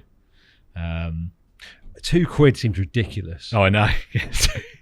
This was still in tackle shops at this stage. Yes, in sort of 200. I don't know how many we sold. I imagine we would have probably done 10 per store type thing. But I remember the sort of the support from the likes of Sharpie, Damo, people that have been instrumental right at the beginning when we went in there, like Nige messaging me saying they've just sold your last one at Yateley Angling, and some other shops where people were in there would say we've just sold the last one, and been so bearing in mind it was a couple of thousand copies, but been so excited about it and relieved, because like I said, just prior to that I thought we were making a mistake by putting the cover price on. And you haven't looked back. So what else we've got is creating a cult. Yes, yeah. So not so much now, certainly in the early years, with the clothing, and we're like everything. We had a bit like how Sub is now and how Monkey Climber is. We very much had that where I think that's how it was Steve McCavney that said that. And it was like people getting tattoos done, like that wasn't Monkey Climber now I think is on like 100 people have had them, but back then when we had the first O logo one, I don't think anyone had done anything like that.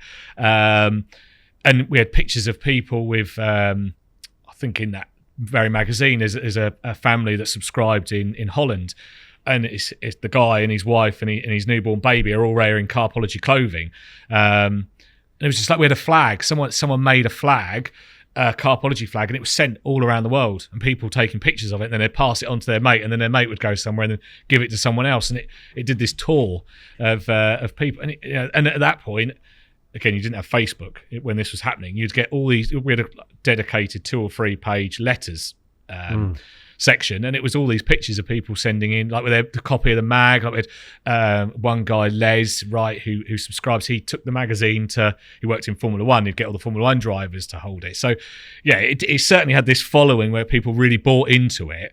Where now it just that isn't. It's not like that at all. You just don't. To an extent, you get the odd picture, but nowhere near like you used to.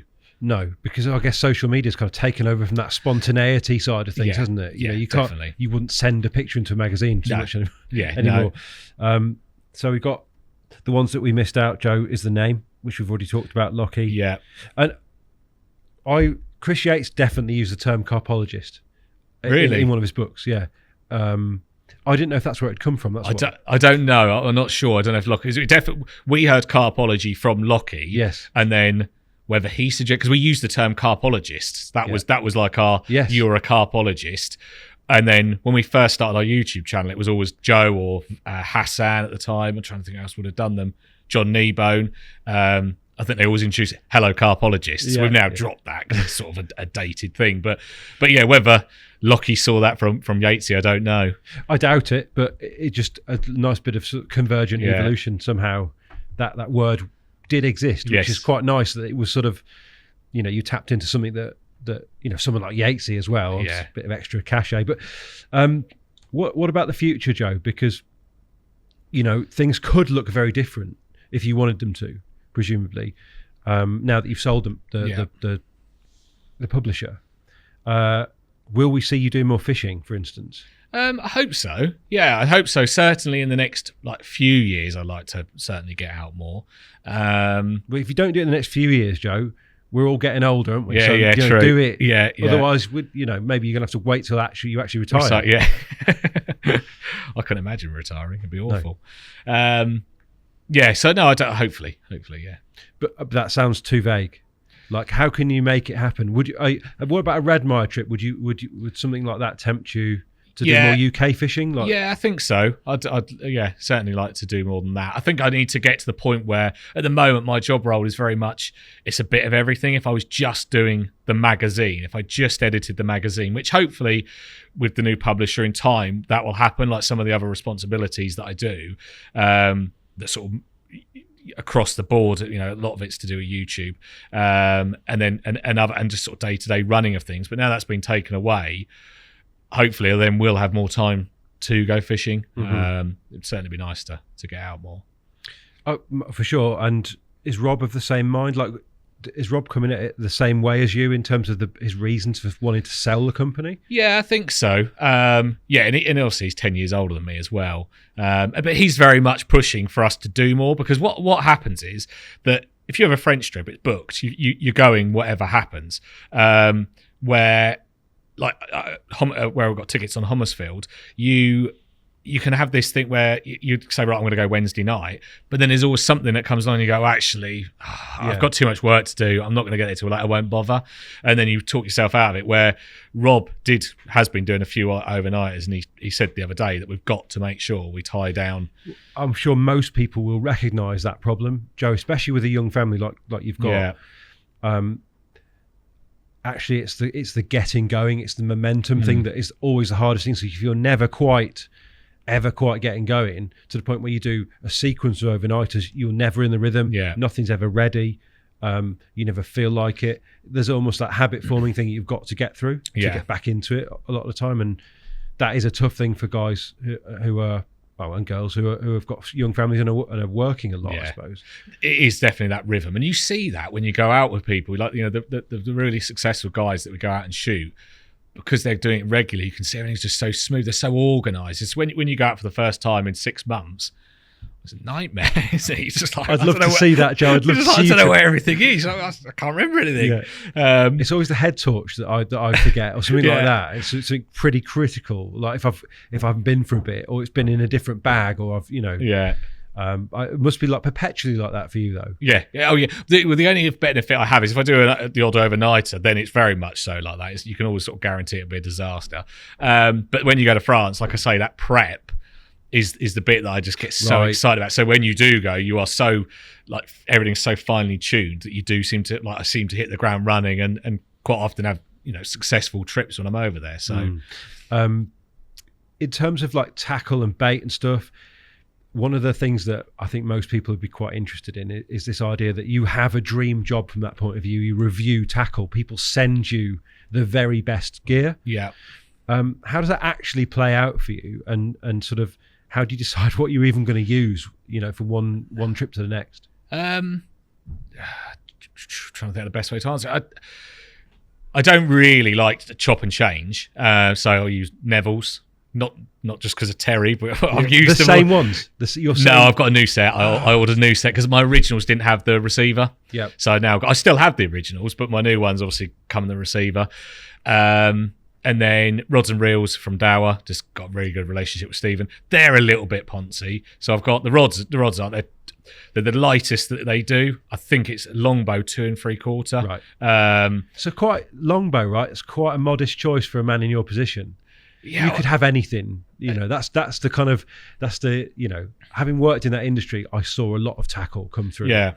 And you should try it because, that's what you're doing. Yeah. Or the boys do that now, presumably. Yes, they do it more than me. But in terms of, I think I've had in the past had more expensive rods, but they're just lovely rods. They're nice and soft. I like using those. Does that mean rods. You only go to French venues where you can either A, use a bait boat, or B, don't have to cast very far? I'm trying to think. I think most of them have been. I have got a more stepped up set, but most of them, you either rowing boat, or bait boat occasionally, or it's within casting range.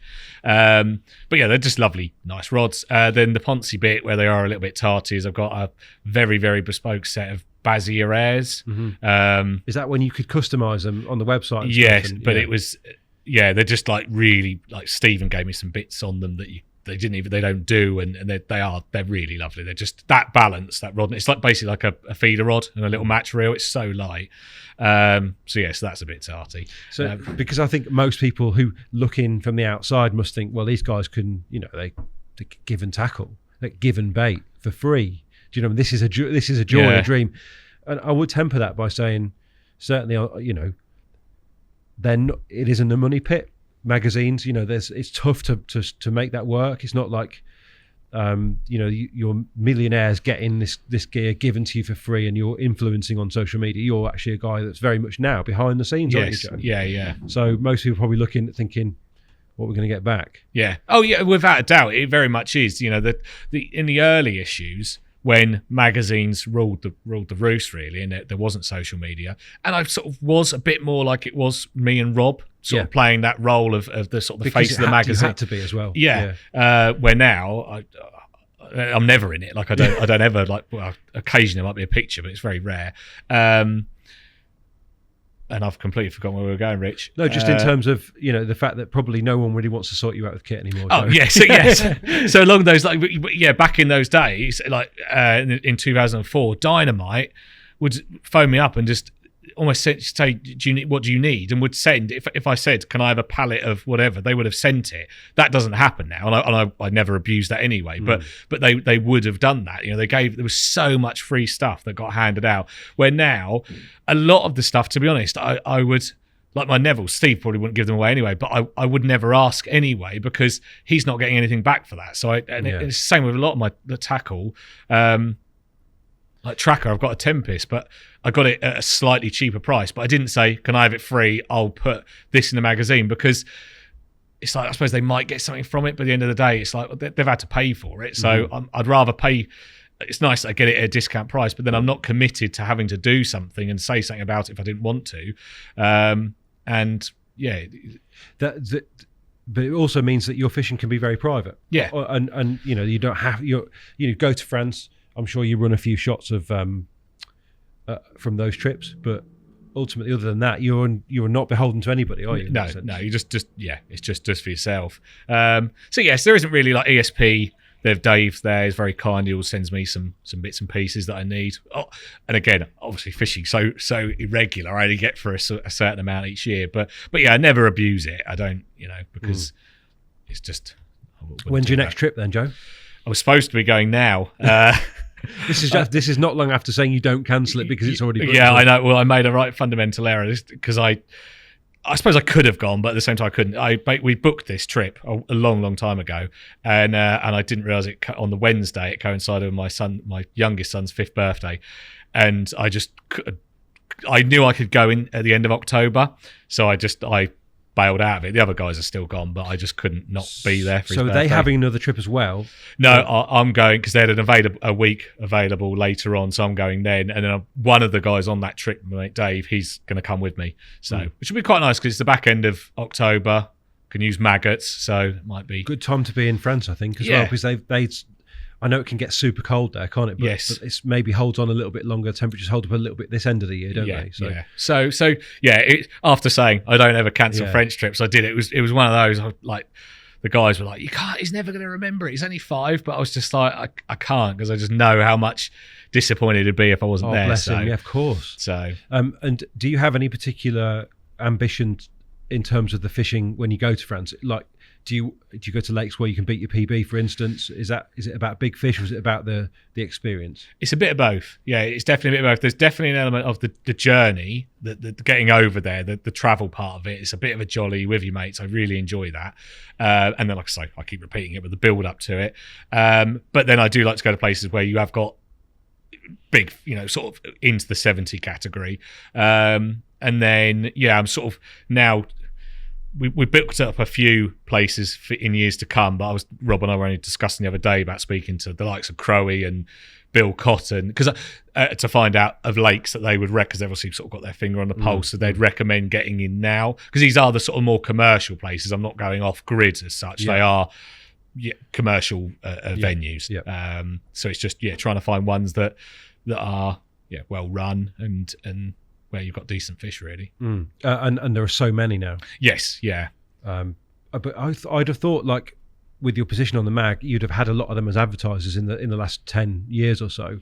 Yeah, we do, like now we don't have, I think the only one we have now is France Carp. Yeah. But like back in the day, they were. They would all take the small ads, wouldn't they? Yeah, take like the quarter page if you had them. So. Yeah, which was a pain trying to fit them into layouts as well. You need 4, I guess. Yeah. But like nowadays you don't it's sort of word of mouth, really. I never see any French advertised. In terms of the English fishing, do you never pick up one of your own or see some imagery come in and make you think of England and carp fishing and what that is and how you might fit into it? Yeah, I can't say I really do, to be honest. It is more the French fishing at the moment that I sort of get inspired by.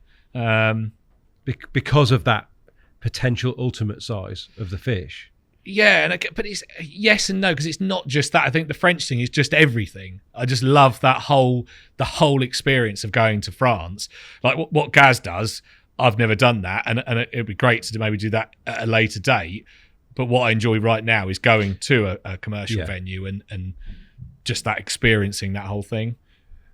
Definitely don't do it at a later date because it's hard work. Having been this spring and drunk a cup of coffee that had a dead spider at the bottom because of where we were. Yeah. Oh, mate, it's not a bit of me either, Joe. Really? Honest. Yeah, no, not really. Yeah, maybe. But I think it's a young man's game as well. Whereas you can carry on doing what you're doing for a long time, presumably. Yes, yeah. Is these all catered and that kind of thing? No, we do it all ourselves. Get all the wine and cheese. Yeah, and stuff. That's it. It's like that. It's you fish hard when you know there's a chance you're going to get a bite, and then in the day when you just think, a particular time of year, but when you think there's no chance, going off and enjoying it, and buying some nice food and going out for a bite to eat. That to me is the bit that I enjoy because it makes it a holiday as well as a fishing holiday, and you get time to spend with mates that you don't see very often, and that's, I really enjoy that. Are there people that have come through the business that you're still friends with? Because obviously that's a really tough dynamic to handle. Like potentially if they leave. People I see regularly. Trying to think who's been in the business. Because a lot of them have gone on to have jobs, obviously, in the wild. I mean, and that is one of the realities of being a magazine publisher. And I saw it at DHP, that very often you're preyed on by the big corporate beasts who need the talent you've got. Preyed on's the wrong word, really, but you know what I mean. Yeah, I know. Yeah, like there's a natural kind of, and very often it comes from the person themselves. They want to broaden their horizons and go and work on the other side of the fence for a manufacturer. But I'm trying to think who's been there that I see like go fishing with. The guys there at the moment, the videographers, Luke, Joe, and Ian are awesome. I've fished with Joe. I haven't been with Ian or Luke. You don't do like staff trips? No, we did. We haven't done one recently. And Phoebe Stewart, who also does the social media, she fishes, and I fished with her. We've all obviously met up because we all work remotely. Like there's only me in the office, really, me and Ian. But yeah, we've never actually in recent times done a staff fishing trip, which we should do because it would be fun. Yeah, I'm sure. But these guys are all out there doing it as well, Joe, presumably. They do fish in their own. Oh, like I dread to think how many nights Joe's done this year. Luke maybe not as many, and Ian's only been with us 3 or 4 months, but he's done a few, and they've always done all right. How do you find that whole experience of being somebody's boss? Because obviously you've had a little while to get used to it now. Yes, yeah. Initially, I hated it. It was always sort of the ambition of. Before we launched Max Carp, because that's when everything sort of changed. We went from being working at my dad's house in a spare room to all I really wanted. I thought I wanted was an office and a team of people. Thinking that if we get to that we've made it, it's going to be amazing. And then within 2 days of moving into that office, where we went from it just being me, Rob, Carl, and Dan, to then there being another 6 or 7 people within 2 days, I just thought, I just wish I was back at Dad's. This is awful. Like getting questions continuously, and it was just, I hated it. And initially, I think I didn't dedicate enough time to them to like help train them, because I was juggling obviously Max Carp and Carpology, and also the mindset that thinking, well, like they're probably could do it far better than I could, but I was thinking I need to oversee this and check everything. So it sort of didn't really serve. Yeah, I just didn't do a very good job.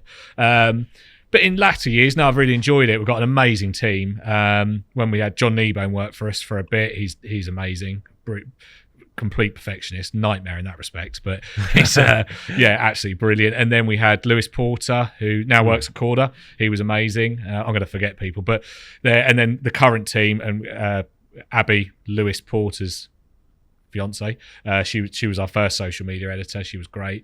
But yeah, I feel like sort of as time's gone on, I have progressed, and I do find it easier to the point where you can actually enjoy those relationships, or enjoy being at the head of something that other people are involved with. Yeah, we definitely. I've got to a point where it's great. We're all friends, which just works brilliantly. We've got like our WhatsApp chat group. Sometimes it's just. I guess testament to it, Joe, is that you've had a settled team for some time now. Yes, yeah. And obviously, touch wood. I don't want to jinx you, but that is tough to achieve in your line of work. Yeah, because Joe's been with us now for 5 years. That's a long time. A long time. And I know he's been approached quite a few times, and we've managed to keep hold of him. And I think part of that, obviously, is salary based, but the other part is, as he said, that he almost looks at it as a family. You know, we get on really well. We're really good friends. And actually, he's so recognisable and so, a fairly unique kind of character that he's become part of Ology. Probably people know him more than they know you. Yes, Oh, without a doubt, yeah. And then and Luke as well now with his enormous beard and weird blue glasses. And then Ian the same. Ian's got a huge beard as well. In terms of your involvement, Joe, as the years unwind, how will that change? I think if I could predict sort of how I'd like things to go in a couple of years' time or 3 or 4 years' time, I definitely would like to go to that role that I said about earlier, where it would just be editing the magazine, that I could dedicate just my full focus on that, because a working day is so bitty, because I'm doing that, and then we've got other projects we're doing, and I've got to respond to this and fill out this data, and where if I could just do that, I don't know if that position would ever happen, and then be 3 days a week or maybe 3.5 days a week, and then be able to have more time to go fishing. I think ultimately that's where I'd like to get to, for sure. Well, I wish you all the best of luck with that, mate, and thank you. Thank you so much for giving us what has been a fascinating insight into the Carpology journey. A pleasure. Well, thank you very much for having me on. Not at all, mate. The Thinking Tackle Podcast.